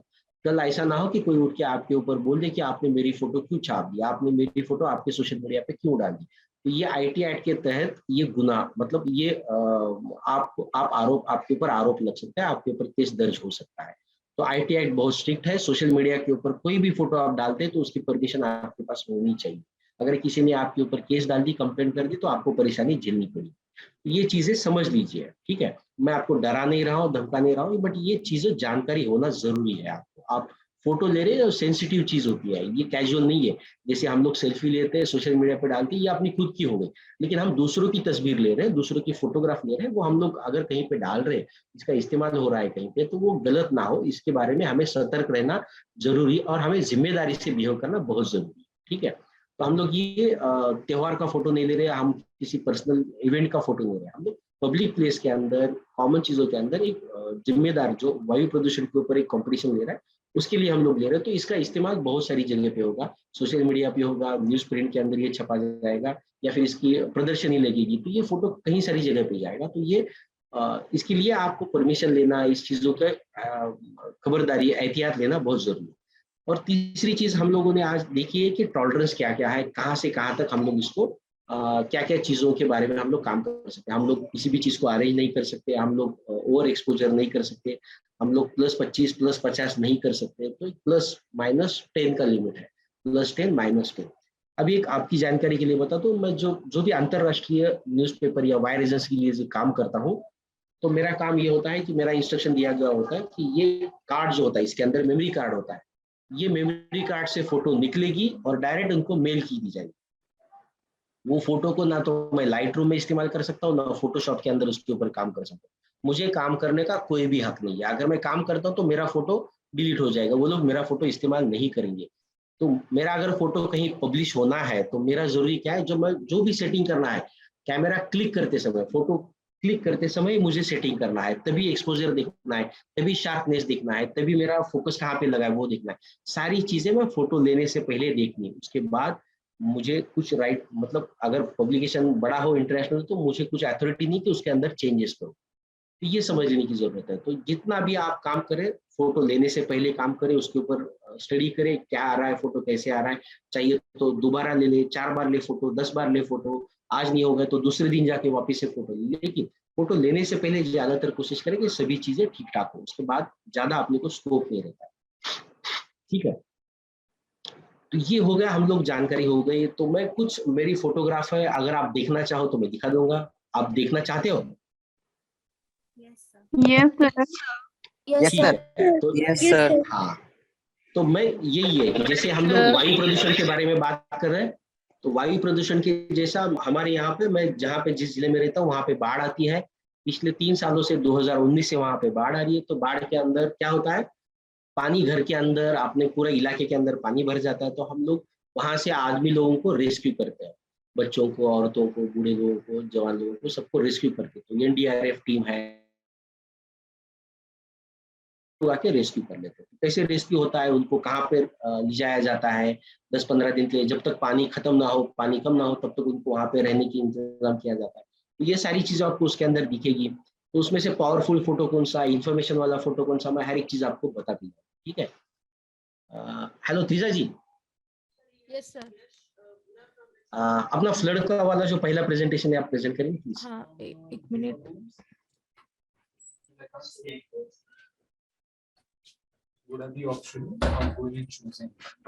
Sir, is it visible? या ये थोड़ा सा सिंक में नहीं है, इमेज नंबर 1 2 से आप ले सकती है। ये सेकंड प्रेजेंटेशन आ गया, first presentation. This is not the first one. आप मेरा जो पीडीएफ है, पीडीएफ के अंदर आपको दोनों चीज समझ में आ जाएंगी। पीडीएफ आप निकालोगे मेरा। एक minute sir. Sir, when I'm joining, it is automatically joining me to the breakout room. Breakout room, yeah. So you have to join breakout room.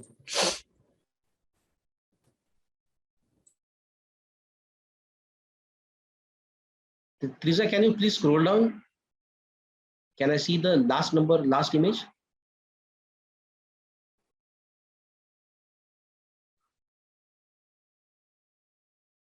Yes sir, just a minute. Yeah. तो दोस्तों हमारे यहाँ पे ये floods आते हैं 2019, 2005 में आए थे, 2019 में आए, 2019 से हर साल आ रहे लगभग। 2019 में आया था, 2020 में आया था, जबकि कोविड चल रहा था उस समय भी बाढ़ आई थी।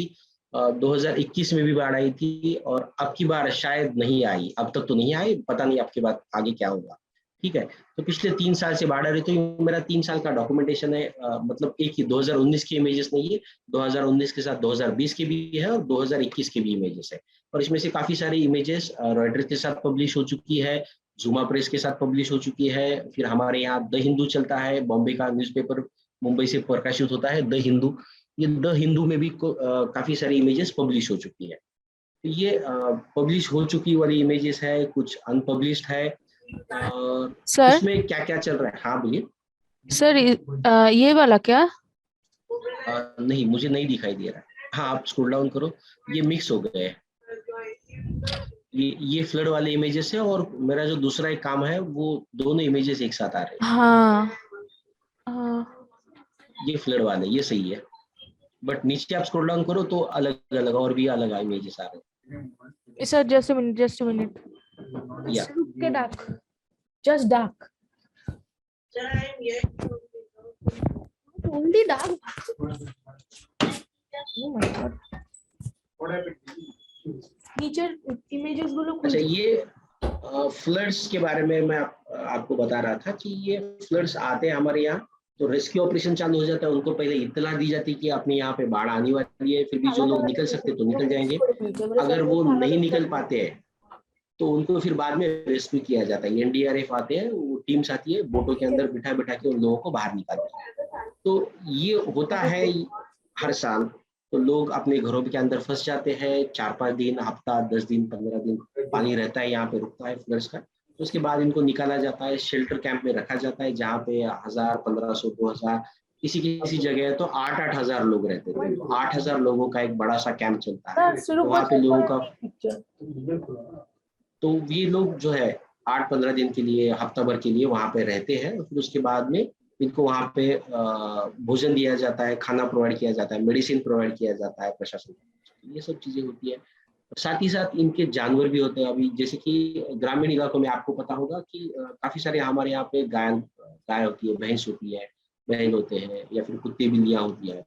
तो जैसे कि ह्यूमंस को रेस्क्यू किया जाता है, आदमी लोगों को, औरतों को रेस्क्यू किया जाता है, साथ ही साथ ये कुत्तों बिल्लियों को या जानवर जो होते हैं हमारे, उनको भी रेस्क्यू किया जाता है, उनको भी बचाया जाता है काफी सारे टाइम। तो जब हम फोटो ले रहे हैं तो ह्यूमंस तो आपको हर जगह दिख जाएंगे, आदमी लोगों को बचा रहे, बच्चों को बचा रहे, लेकिन कभी कभी ये जो कुत्तों को भी बचाया जाता है तो उसकी भी फोटोग्राफ ली जाती है। तो मेरा द हिंदू के अंदर एक कुत्ते को बचाने वाला एक फोटोग्राफ पब्लिश हो गया था। लोकमत जो कि महाराष्ट्र से बड़ी रीजनल, इसकी एक फोटोग्राफ होती है, पत्रिका चलती है लोकमत, तो उसके अंदर एक फोटोग्राफ चली थी जिसमें जो एनडीआरएफ की टीम है, लेडी है, उसने एक बच्चे को अपने सीने से बिल्कुल एकदम चिपक के उसको लेके गई। बच्चा रो रहा था, अपनी माँ से अलग किया गया उसको और वो उसको एकदम सहमाती है, लाड़ प्यार से उसको ले जाती है क्योंकि वो रो रहा था।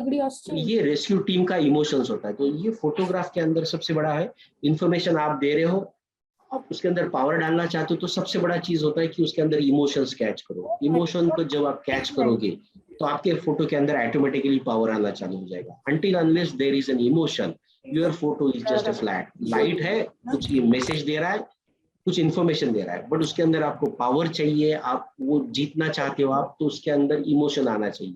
इमोशन ह्यूमंस के ऊपर दिखती है, जानवर के अंदर दिखती है, तो जो भी है ना, तो इमोशन जितने आप पोर्ट्रे करोगे,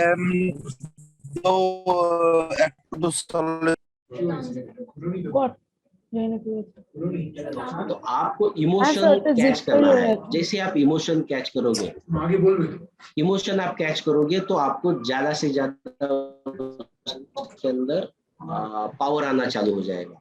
कुछ फोटो है मेरे इसके अंदर, जैसे कि जहाँ पे इमोशन कैसे पोर्ट्रे किया गया है, इमोशन कैसे दिखाया गया है, मैं आपको दिखा दूँ।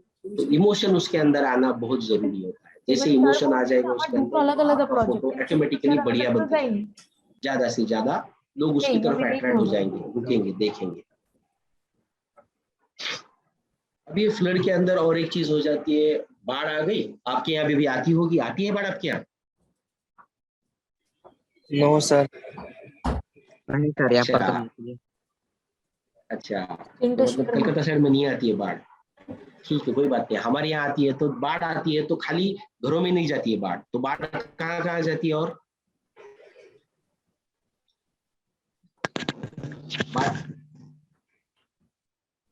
अगर नदी का फ्लड आता है, नदी को बाढ़ आती है, तो बाढ़ का पानी कहाँ कहाँ जाता है? सिर्फ घरों में जाता है या और कहीं पे भी जाता है? सर खेतों में। खेतों में बहुत जाते बढ़िया। हैं। और कहाँ जाता है ये? स्कूल्स में, बिल्कुल सही बात है, शहर में घुस बराबर सर पॉन्ड में, बराबर। तालाबों में जाएगा, घरों में जाएगा, खेतों में जाएगा, आप स्कूल में जाएगा, बराबर। गवर्नमेंट के ऑफिसेस है, ग्राम पंचायत कार्यालय होगा आपका, उसके अंदर भी बाढ़ का पानी चला जाएगा। साथ ही साथ जो कारखाने, इंडस्ट्री जो है, कोई भी फैक्ट्री है तो फैक्ट्री के अंदर भी चला जाएगा।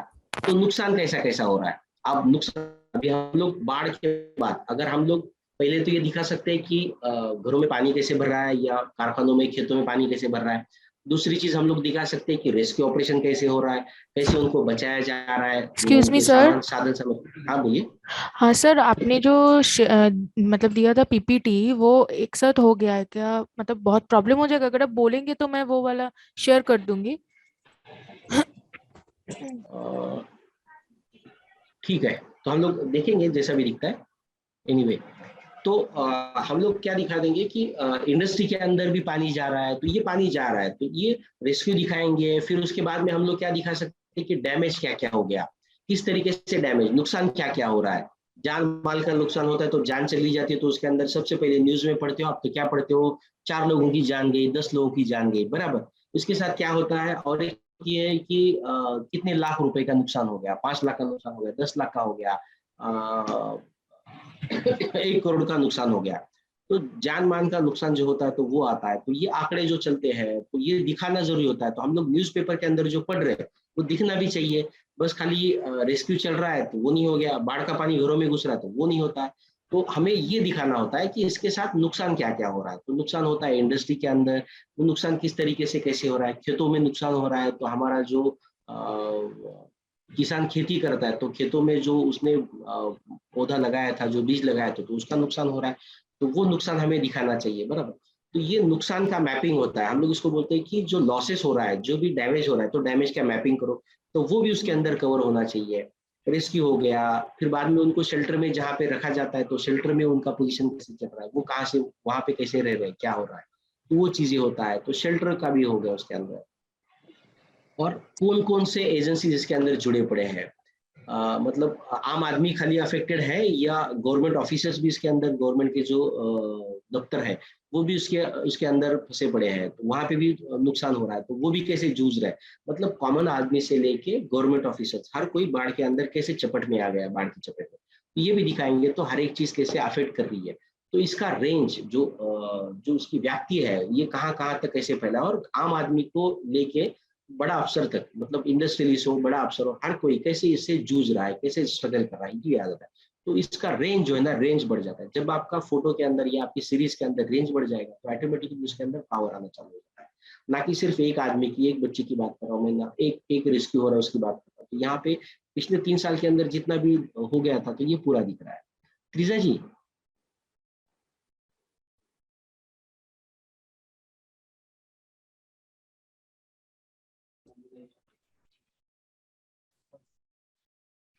Yes sir. Sir I think आप म्यूट हो गए हैं।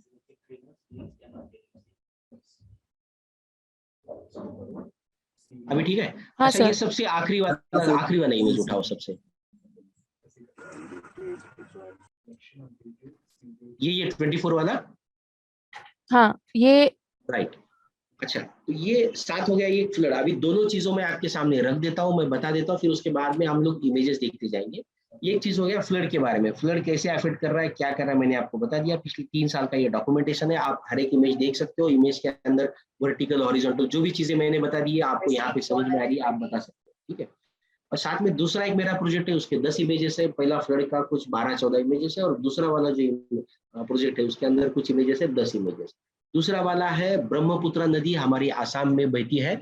आसाम के बारपेटा डिस्ट्रिक्ट के अंदर ये ब्रह्मपुत्र नदी की चौड़ाई है। आमतौर पर नदी की चौड़ाई कितनी होती है आपको मालूम है? हमारे गांव खेतों के अंदर से नदी जो बहती है उसकी चौड़ाई कितनी होती है? नदी कितनी होती है? आधा किलोमीटर होती है बड़ी, 1 किलोमीटर तक बड़ी होती है, कितनी बड़ी होती है नदी? बता सकते कोई? सर हमारे एरिया तक में तो 500 मीटर तक चौड़ी होती है। बराबर, मतलब आधा किलोमीटर हो, 1 किलोमीटर हो, 2 किलोमीटर तक। गंगा जी है हमारी, 2 किलोमीटर की बड़ी हो सकती है, बराबर। लेकिन ये ब्रह्मपुत्र नदी जो है आसाम के अंदर जो बहती है, और वो ब्रह्मपुत्र नदी आसाम के लोअर आसाम में बारपेटा डिस्ट्रिक्ट है, वहां पे इसकी चौड़ाई 13 किलोमीटर तक फैली हुई है। 13 से अभी मेरा लेटेस्ट जानकारी के बारे में, तो ये 14 किलोमीटर तक फैली हुआ है। मतलब ब्रह्मपुत्र नदी का जो पात्र है, जो उसका जो क्या बोलते हैं उसको, बेसिन बोलते हैं उसको, रिवर बेसिन, वो फैला हुआ है 13 to 14 किलोमीटर, 13-14 किलोमीटर तक। ये ब्रह्मपुत्र नदी का जो पात्र है इतना क्यों बढ़ गया है, बेसिन इतना क्यों फैल चुका है? इसके कारण ये यहाँ पे फ्लड्स आते हैं रेगुलर। फ्लड आने की वजह से यहाँ पे बहुत सारे गांव जो है ये बाढ़ के पानी के अंदर डूब चुके हैं। मतलब ये पूरा गांव के गांव ये नदी निगल चुकी है। अब नदी का जो पात्र है वो काफी सारा फैल चुका है, और इसमें काफी सारे विलेजेस को ले लिया। तो इसने 3 डिस्ट्रिक्ट है, उसमें से काफी सारे इलाकों को इसने पूरा तबाह कर चुकी है। ये ब्रह्मपुत्र नदी का बाढ़ बहुत डेंजर होता है, और वहां पे लोगों को रेस्क्यू करना पड़ता है। ये पिछले 15-20 सालों से चल रहा है। हमारे यहाँ तो 3 साल से आ रही बाढ़, आपके यहाँ पे तो आई भी नहीं है अभी तक। लेकिन यहाँ पे पिछले 20-25 साल से या उससे भी ज्यादा समय से बाढ़ आती है रेगुलरली, और इन जिलों के अंदर लोगों का जीना जो है बहुत मुश्किल हो चुका है। तो ये बाढ़ जो है, रिवर का जो बेसिन है बढ़ चुका है, और काफी सारे जगह पे ये खेती के लिए भी जमीन बची नहीं है। हर एक जगह पे जमीन उल्टा पुल्टा हो रहा है, तो जमीन पूरा धंस जा रही है, फंस जा रही है अंदर। और ये जो लाइफ है इनका बहुत अनस्टेबल हो चुका है। और ये लोग किस तरीके से यहाँ पे जीते हैं, क्या करते हैं, और इसके साथ में और एक उनके साथ में और एक प्रॉब्लम जुड़ा हुआ है, उसके बारे में हम लोग बात करेंगे बाद में, ठीक है। तो ये इमेजेस आप समझ गए ये चीज?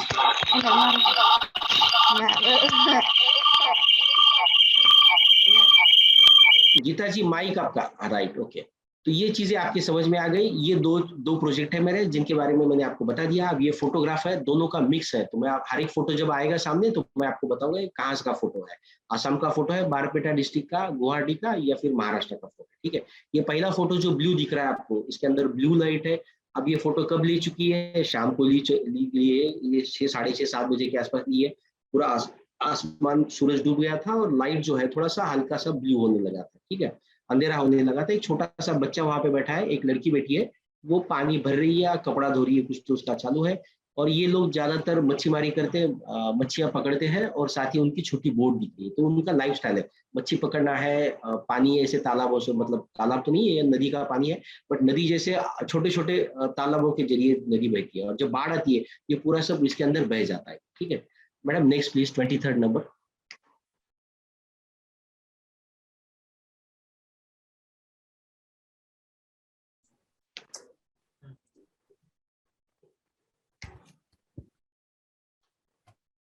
Sir, which one? 23rd number.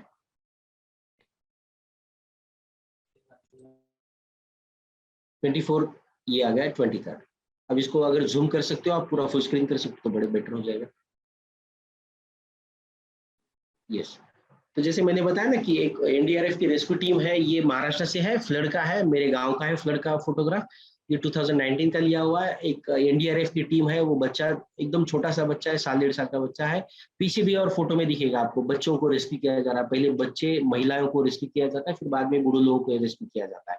तो जैसे ही बाढ़ का पानी भर चुका था, पीछे एक लाइट का टावर दिख रहा है आपको, वहां से होते हुए बोट आ रही है यहाँ पे। ये रोड है, हाईवे है, हाईवे के ऊपर पानी भर चुका था पूरा। तो कुछ गांव है जो पानी से बह चुके थे, मतलब पूरी तरह से गिर चुके थे, वहां से लोगों को रेस्क्यू करके सिटी के अंदर लाया गया। तो ये जब लाया गया तो बच्चा रो रहा था। तो एनडीआरएफ की टीम की जो महिला है, ये कर्मचारी है, उसने बच्चे को पूरा अपने सीने से लगा लिया, उसको संभाल के लेकर गया। तो इसमें आपको क्या समझ में आ रहा है? इमोशन दिख रहा है, नहीं दिख रहा है? हाँ, ये लोकमत, हाँ ये लोकमत न्यूज़पेपर के अंदर छपा हुआ फोटोग्राफ है ये, ठीक है। तो इमोशन उसके अंदर आना चाहिए बच्चों का। जैसे बच्चों को सर को पकड़ लिया उसने, अपने सीने से लगा लिया है और ये संभाल के उसको प्यार मोहब्बत से लेके जा रही है, उसके चेहरे के ऊपर स्माइल दिख रही है, ममता दिख रही है, प्यार दिख रहा है। तो ये चीजों, छोटी छोटी चीज होती है, इसके अंदर आपको दिखनी चाहिए, ठीक है। Next madam please, 22।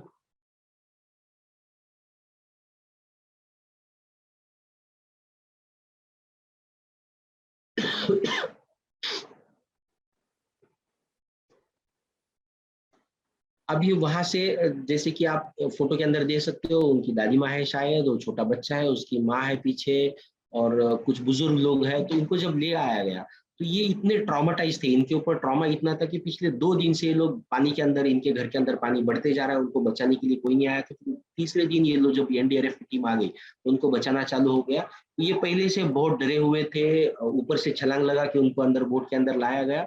और जैसे ही ला के उनको यहाँ पे लेके आ गया तो उनके पिताजी छूट गए, किसी के माँ छूट गई, किसी का भाई बहन छूट गया पीछे। तो जितने लोगों को जैसे जैसे हर एक बोट के अंदर लाया जाता था, तो ये लोग डर के मारे, 2 दिन का उनके ट्रॉमा था, तो ये डर के मारे आ रहे। तो यहाँ पे और एक इमोशन दिख रहा है, बच्चा रो रहा है, उसकी माँ है पीछे और कोई रिलेटिव है, वो उसको संभाल रहा है, कि हाथ से उसको संभालने की कोशिश कर रहे, मेरे बेटा कुछ नहीं, आ रहे सब लोग। तो ये इमोशन है उसके अंदर। और एक है, ये फियर है, डर है, बच्चा रो रहा है। तो ये जो ट्रॉमा है, ये ट्रॉमा फोटो के अंदर दिख रहा है, बराबर। ये फोटो 2019 के अंदर रॉयटर्स ने चुनी हुई थी मेरी, रॉयटर्स ने ये फोटो पब्लिश की थी, और ये दुनिया के बहुत सारे जगह पे ये फोटो पब्लिश हो चुकी है। अगर आप मेरा वेबसाइट देखोगे तो उसके अंदर ये फोटो कहाँ कहाँ पब्लिश हो चुकी है, आपको समझ। तो ये जो इमोशन होता है, ड्रामा जो होता है फोटोग्राफ के अंदर, वो आना बहुत जरूरी है, ठीक है। Next please. Sir, which one? 22, हम लोग पीछे से आ रहे हैं। 24 हो गया, 23 हो गया, ये 22 हो गया, 21 एज इट इज जो चल रहा है वो चलने दो, मैं उसके बारे में बताते जाऊंगा।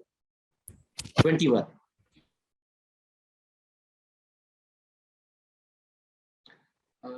ये एक रेस्क्यू मिशन था। पीछे आपको फोटो के अंदर 2 बोट दिख रही है, जिसके अंदर मैं बैठा हूँ, वो सामने वाली बोट है। पीछे और एक बोट दिख रही है आपको? जी सर। हाँ, तो ये 2005 में राजापुर बोल के एक विलेज है, वहां पे एक एक्सीडेंट हो चुका था। एक बोट वहां पे डूब गई थी और 12 लोग उसके अंदर जो सवारी थे वो डूब चुके थे वहां पे। अब उसी जगह दूसरी बार एक्सीडेंट हो रहा है 2019 के अंदर। 2019 में एक बोट वही जगह पे फंस गई थी, क्योंकि पानी का बहाव ज्यादा होता है और एक चक्री बन जाता है वहां पे एक लोकेशन के ऊपर।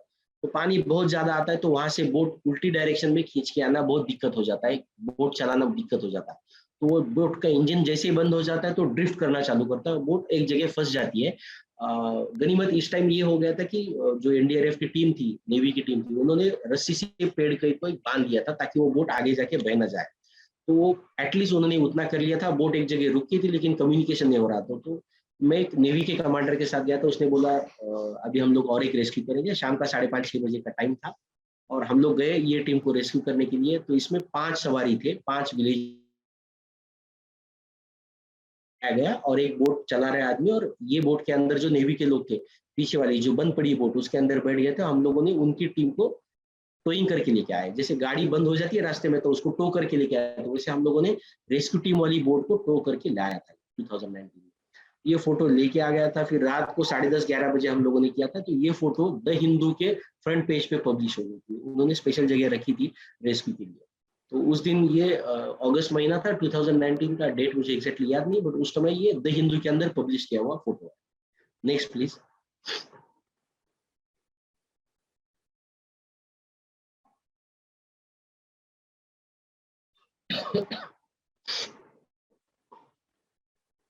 Trisha madam next please. Yes, इसके पहले वाला नेक्स्ट। और हाँ, ये है जैसे बूढ़े बुजुर्ग लोग होते हैं उनको उठा के ले जाया जाता है कि वो चल नहीं पाते हैं, बीमार आदमी है, तो उसको इस तरीके से लेके आया जाता है। तो इसके अंदर आप देखोगे तो शार्पनेस नहीं दिखेगा, थोड़ा सा हेजीनेस है, बट ये फोटो इंपॉर्टेंट चीज है कि आदमी चल नहीं पा रहा, पेशेंट है, उनको कैसे किस तरीके से रेस्क्यू किया जाता है। ये जरूरी नहीं कि आपकी फोटो सुपर शार्प हो, एकदम से बढ़िया हो, क्योंकि बारिश हो रही थी, मेरा कैमरा ऑलरेडी दिन में पूरा भीग चुका था, सामने आदमी जो रेस्क्यू कर रहा है उसका मोबाइल भी आपको समझ में आता है। तो किस तरीके से काम चल रहा है उस सिचुएशन में आपको डिटेल्स देना जरूरी होता है, ना कि आपको एक बेहतरीन इमेज प्रोड्यूस करो। आप बेहतरीन इमेज छोड़ दो वहां पे। ऐसी सिचुएशन के अंदर इंपॉर्टेंट है कि क्या हो रहा है वहां पे, ग्राउंड पे क्या हो रहा है, वो चीजों को डॉक्यूमेंट करके भेजना जरूरी होता है। ठीक है, नेक्स्ट।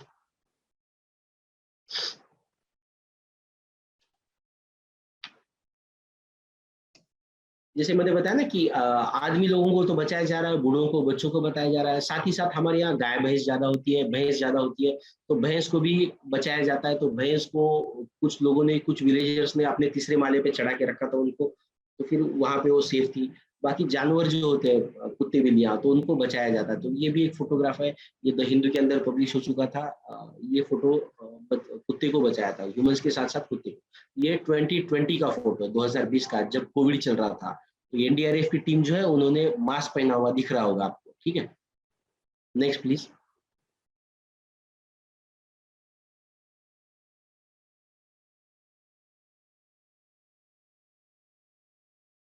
ये भी 2021 का है, जैसे लोगों को बचाया जाता था, तो ये भी मास्क पहन के जा रहे थे।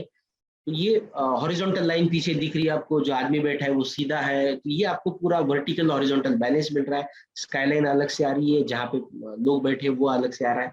तो 1/3 गोल्डन पॉइंट यहाँ पे दिख रहा है आपको। गोल्डन पॉइंट कहाँ पे आ रहा है, जो मास्क पहना हुआ, सूट पहना हुआ जो एनडीआरएफ का बंदा है, वो गोल्डन पॉइंट पे आ जाता है, गोल्डन रेशियो के अंदर, जो 4 पॉइंट मैंने बताए थे, बराबर।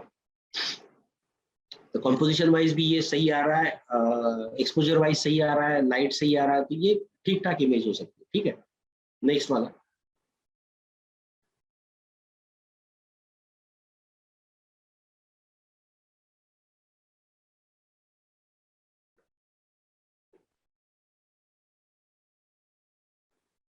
अब मैंने आपको बताया कि इन लोगों को रेस्क्यू किया जाता है, सिटी के अंदर लाया जाता है जहाँ पे सेफ है, और वहां पे उनके रहने की इस्तेमाल किया जाता है, रहने का बंदोबस्त किया जाता है। जैसे कि सिटी के अंदर जितने भी लोग आ गए, तो छोटे छोटे 1000, 500, 1500 लोगों के लिए इंतजाम हो रहा था। लेकिन रूरल के अंदर एक जगह शुगर फैक्ट्री थी, वहां पे गोडाउंस थे, तो वहाँ गोडाउंस में 8-8 हजार लोगों को रहने का इंतजाम किया था। ऐसे 3 गोडाउंस थे वहां पे। अब ये चीज होता है, ये पावरफुल फोटो होता है, ये रॉयटर्स ने फोटो उठाया था, रॉयटर्स ने पब्लिश किया हुआ फोटो है ये। तो इसके अंदर एक था कि मैंने पूरा टॉप व्यू से फोटो लिया था। तो एक ये जो सीढ़ी कॉलम जो दिख रहा है उसके ऊपर मैं चढ़ के गया था ऊपर तक, ऐसे एक कॉलम पे, और वहां से मैंने जो पिलर है बीच का, वहां से ये फोटोग्राफ लिया था। ये बड़ी मशक्कत करके मैंने फोटो लिया था। मैं ये दिखाना चाहता था कि कितनी सारी तादाद है यहाँ पे, कितने सारे लोग हैं। आप देख सकते हो छोटे छोटे लोग हैं, नजदीक वाले बड़े दिख रहे हैं, आखिर वाले जो छोटे छोटे दिख रहे हैं। तो इतने सारे लोग इकट्ठा यहाँ पे बैठे हैं, और इन लोगों का कैंप जो चल रहा था, शेल्टर कैंप, लगभग 12-13 दिन चल रहा था 2019 के अंदर। ठीक है, नेक्स्ट प्लीज। अब इसमें स्केलिंग होता है, कितने तादाद पे लोग बैठे हैं, कितना बड़ा शेल्टर कैंप चल रहा है, तो ये लार्ज वॉल्यूम बताता है। तो कभी कभार हमको ये भी सोचना चाहिए कि ये लार्ज स्केल कैसे बन सकता है।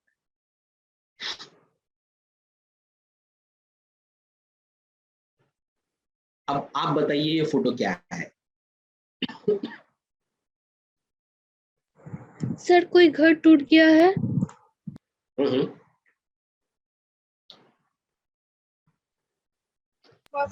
ये सर किसी टूटे हुए घर में कोई फोटो फ्रेम टंगाया हुआ हो।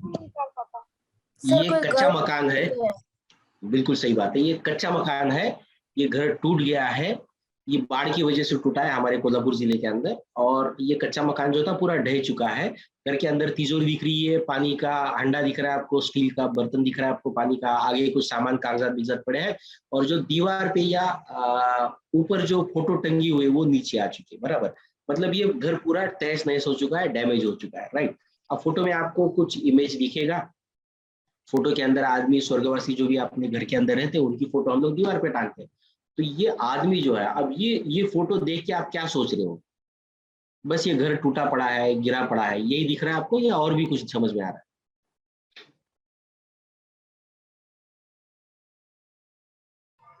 सर जिनका भी ये घर टूटा है, ये पूरी तरह सब चीज नहस हो गया है, नस हो गया। मतलब उनका घर, लाइफ उनका पूरा उद्ध्वस्त हो चुका है, बराबर। जी हाँ। और ऐसे तो में ये उनको होता है कि हाँ बोलिए। हाँ, ऐसे में फिर उनको फिर से जीवन का जो है फिर से उसको स्टार्टिंग पॉइंट से फिर से शुरू करना उनको कितनी कठिनाई होगी, दिक्कत आती है उनको, बराबर, सही बात है। अभी हम लोग आज है प्रकृति का संवर्धन दिवस, मतलब नेचर कंजर्वेशन। अभी हम लोग आज जिस चीज पे हम लोग आज बात कर रहे थे वो है नेचर कंजर्वेशन और वायु प्रदूषण, हमारा जो फोटोग्राफी कॉम्पिटिशन है। तो आज का दिन जो है बहुत इंपॉर्टेंट है, नेचर कंजर्वेशन, नेचर प्रकृति का संवर्धन। प्रकृति संवर्धन आप समझ पाते हो? प्रकृति का संवर्धन नहीं करेंगे हम लोग अगर उसका गलत तरीके से यूटिलाइजेशन करेंगे, प्रकृति के बारे में हम लोग सोचेंगे नहीं, प्रकृति को मतलब नेचर को हम लोग सेकेंडरी देखेंगे और ह्यूमन की डेवलपमेंट हम लोग प्रायोरिटी देंगे, तो होने वाला क्या है? तो ये चीज होने वाला है, आपके सामने है फोटो, बराबर। हम लोग डेवलपमेंट देख रहे हैं, लेकिन जब नेचर जो होता है ना वो पावरफुल बन जाता है ना, जब प्रकृति पावरफुल बन जाती है और हावी हो जाती है जीवन के ऊपर, तो क्या होता है? ये होता है आदमी तहस नहस हो जाएगा।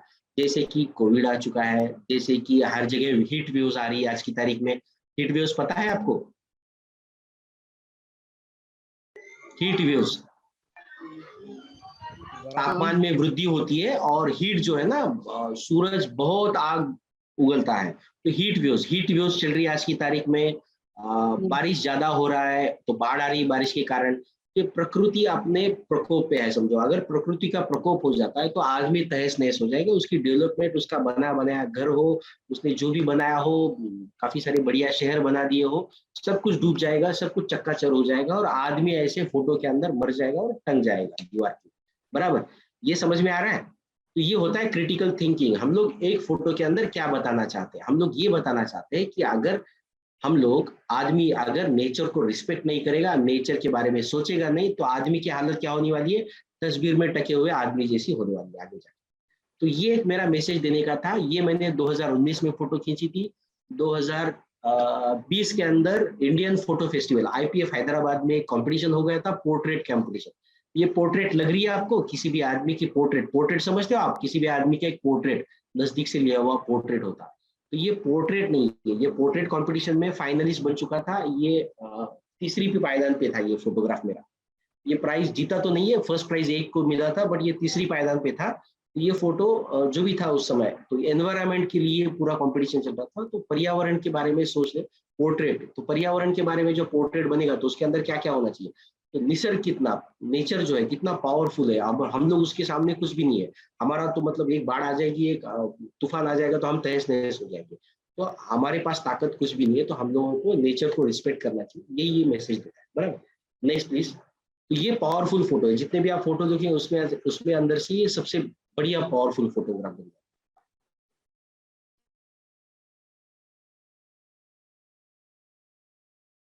ये है, इसको बोलते हैं आफ्टरमैथ। आफ्टरमैथ मतलब जो बाढ़ आ गई, उसने जो करना था अपना असर दिखा दिया, उसके बाद आदमी अपना जीवन नॉर्मलाइज करने के लिए क्या करेगा? उसका घर टूटा फूटा हो, उसका सामान बिखरा पड़ा हो, तो एक छोटी नाई की दुकान है, नाई की दुकान के अंदर वो आप चेयर देखेंगे, उसके ऊपर पानी से पूरा खराब हो चुका है, तो उसका सामान विमान सब बाहर निकाल के साफ सफाई कर रहा है। तो ये नॉर्मलाइज करने के लिए बाढ़ आ गई, रेस्क्यू हो गया, कहाँ पे उनको रखा, फिर बाद में यहाँ पे लाया गया उनको, तो जब वापिस आ गया अपने अपने घरों के अंदर तो साफ सफाई चलती। ये पूरा एक चक्कर पूरा हो जाता है कि क्या हो रहा था, कैसे हो रहा था, नॉर्मल कैसे हो गया वापिस। Next please.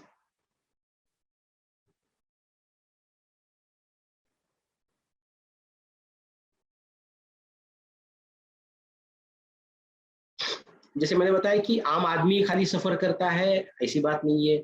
आम आदमी से लेके डिस्ट्रिक्ट मैजिस्ट्रेट, कलेक्टर तक ये बाढ़ की चपेट में आ जाते हैं।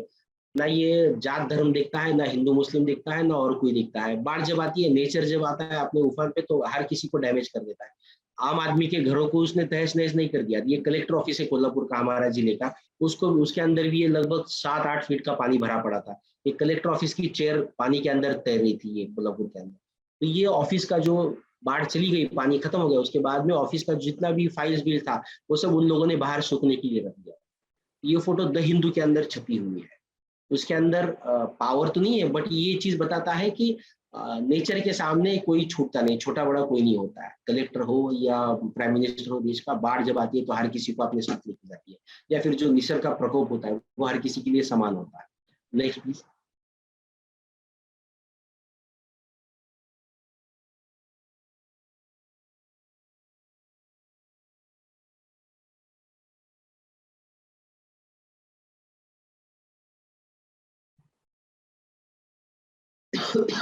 जो लॉसेस होता है, डैमेज होता है, उसका स्केलिंग दिखाना है। तो हम लोगों ने, बाढ़ आ गया, रेस्क्यू हो गया, उनको शेल्टर कैंप में रखा, तो और इसके बाद जो डैमेज हो गया वो नुकसान क्या क्या हो गया, नुकसान दिखाने का ये तरीका है कि किस तरीके से नुकसान हो गया था। अब कोल्हापुर के अंदर गन्ने का नुकसान होता तो गन्ना नीचे गिरेगा तो गन्ने का दिखाई नहीं देगा। लेकिन एक टोमेटो का ये खेत है किसान का, 2 एकड़ का ये टमाटो लगाया था उसने, पानी के अंदर बाढ़ का पानी पूरा उसके खेत के अंदर बसा पड़ा था। तो ये जितना दिन पानी था उसकी वजह से ये टोमेटो जितने भी थे एक साइड पे आ गए पूरा। उसने जो कपड़ा वपड़ा लगाया था प्लॉट के अंदर न जाने इसलिए, तो उसके अंदर पूरा ये टमाटे पड़े हैं। तो आपको दिख रहा है ये टमाटे, थर्माकोल जैसा छोटा छोटा चीज दिख रहा है, ये सब ये टोमेटो है उस खेत का। तो ये नुकसान हो गया। तो खेती का नुकसान कैसे हो गया, गन्ने का हो गया, टोमेटो का हो गया, सोयाबीन का हो गया। तो ये दिखाने का एक तरीका होता है कि किस तरीके से खेतों के अंदर एग्रीकल्चर का नुकसान हो गया। Next please.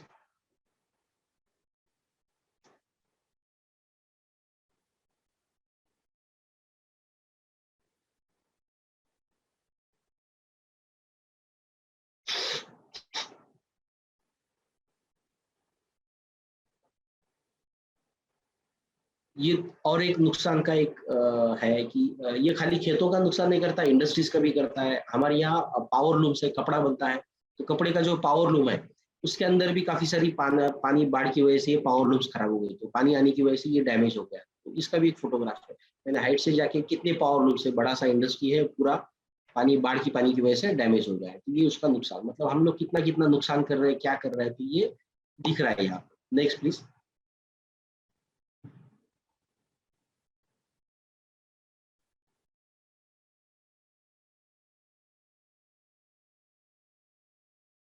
ये बाढ़ के अंदर ये बंदा है कोल्हापुर का, हमारे यहाँ का, उसके घर जो है पूरा पानी के अंदर पूरा तहस नहस हो चुका था, पूरा गिर गया था 2019 में। 2020 को गवर्नमेंट की तरफ से उसको कुछ सहायता मिली घर बनाने के लिए, लेकिन सहायता इतनी छोटी थी कि उसकी खाली एक ही दीवार बन गई। पीछे आपको एक दीवार दिख रही है, वो एक ही दीवार उसकी बन गई, बाकी घर तो बना नहीं। अब पिछले 3 साल से ये बंदा, मतलब 2019, 20, 21 तक मैं उसको फॉलो कर रहा था, 2021 तक ये ऐसे प्लास्टिक के शेड में रहता है। ये जो इश्तेहार का जो प्लास्टिक होता है वो फ्लेक्स के अंदर वो रहता है। उसकी माँ है बूढ़ी यहाँ पे बैठी हुई, और ये ऐसे ही पूरा अपना जिंदगी, मतलब धूप हो, बारिश हो, ठंड का मौसम हो, ये ऐसे खुले में ये अपना प्लास्टिक लगा के ये लोग रह पा रहे।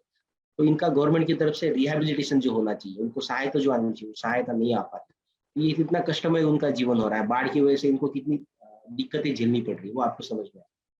Next please.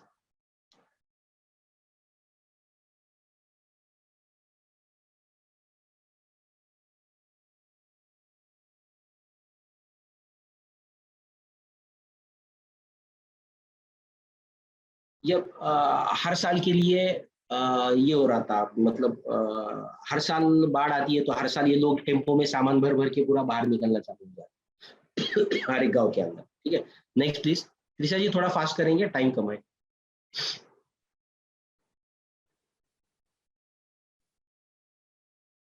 ये दूसरा जो मैंने बताया ब्रह्मपुत्रा नदी का, आसाम का ये फोटो है, बारपेटा डिस्ट्रिक्ट का।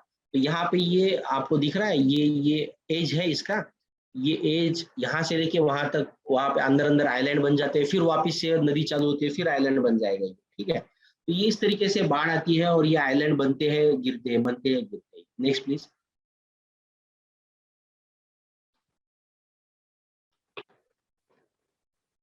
ये पूरा जो पानी का सॉइल इरोजन बोलते हैं इसको, ये पानी जो तेज आता है, बहाव जो आता है, तो ये पूरा नदी का जो किनारा होता है ये पूरा उसके अंदर बह जाता है। तो ये नदी क्या करती है, जो जमीन है पूरा जमीन को खींच खींच के समुद्र के अंदर लेके जाएगी।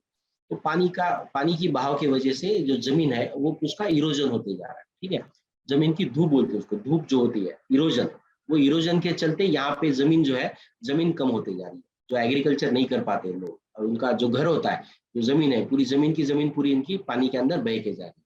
Next please.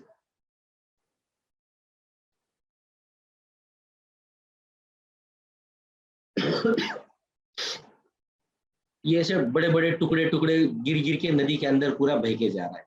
नेक्स्ट। तो क्या हो रहा है ये समझ में आ रहा है।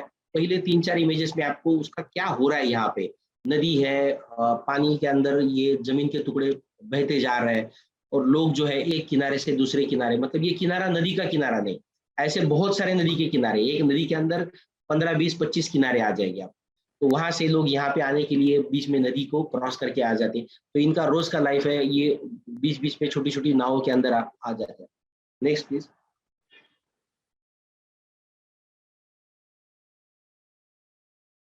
अब यहाँ पे खेती तो हो नहीं रही है, क्योंकि पानी जब भी बाढ़ आता है तो पूरा जाता है। बाढ़ निकलने के बाद में, बाढ़ जाने के बाद में बचा कुचा जो उनको सीजन मिलता है उस समय ये कुछ ना कुछ खेती कर लेते। तो ये खेती के लिए इनके पास ऑप्शन बहुत सारा कम हो जाता है। ये तो या तो उनके पास एक है कि जमीन ही बची नहीं इनकी, इनका पूरा गांव का गांव पूरा इनका पानी के अंदर बह गया है। तो अभी इनके पास जमीन नहीं है, जो जमीन है वो सरकारी जमीन है। तो मेरे हिस्से की जो इतने 2-4 एकड़ की जमीन वो तो चली गई है, तो आप क्या करें। तो ये क्या करते हैं, इन लोगों ने सोल्यूशन निकाल दिया है कि ये जितने भी गांव के लोग हैं इकट्ठा एक आइलैंड पे के ऊपर रहते हैं, और ये लोग क्या करते हैं कि कम्युनिटी फार्मिंग बोलते हैं इसको। कम्युनिटी फार्मिंग मतलब 10-15 लोग, 20 लोग इकट्ठा आ जाके उसके ऊपर फार्मिंग करते हैं। तो जो भी बीज बोते हैं और उसका जो कटाई होता है, फसल होता है, तो फसल भी एक साथ काट देते हैं और एक साथ उसको डिवाइड कर करके लेके जाते हैं, बांट देते हैं एक बीज दूसरे बीज। तो ये वाटरमेलन का इनका ये प्लांटेशन चल रहा है। Next please. छोटी छोटी चीजों का भी डॉक्यूमेंटेशन बहुत जरूरी है, ये चीज इसमें अंदर दिखता है। अब ये लोग ऐसे यहाँ पे बहुत परेशानी में, दिक्कत में काम कर रही है। नेक्स्ट और इमेज। शायद ये अपना प्रेजेंटेशन खत्म हो जाएगा तो हम लोग वापस मेन रूम के अंदर जाएंगे। तो यहीं से टाइम है 30 सेकंड 40 सेकंड, तो मैं आपसे बाय करता हूँ। शायद आपको पसंद आएगा होगा मेरा प्रेजेंटेशन आज का।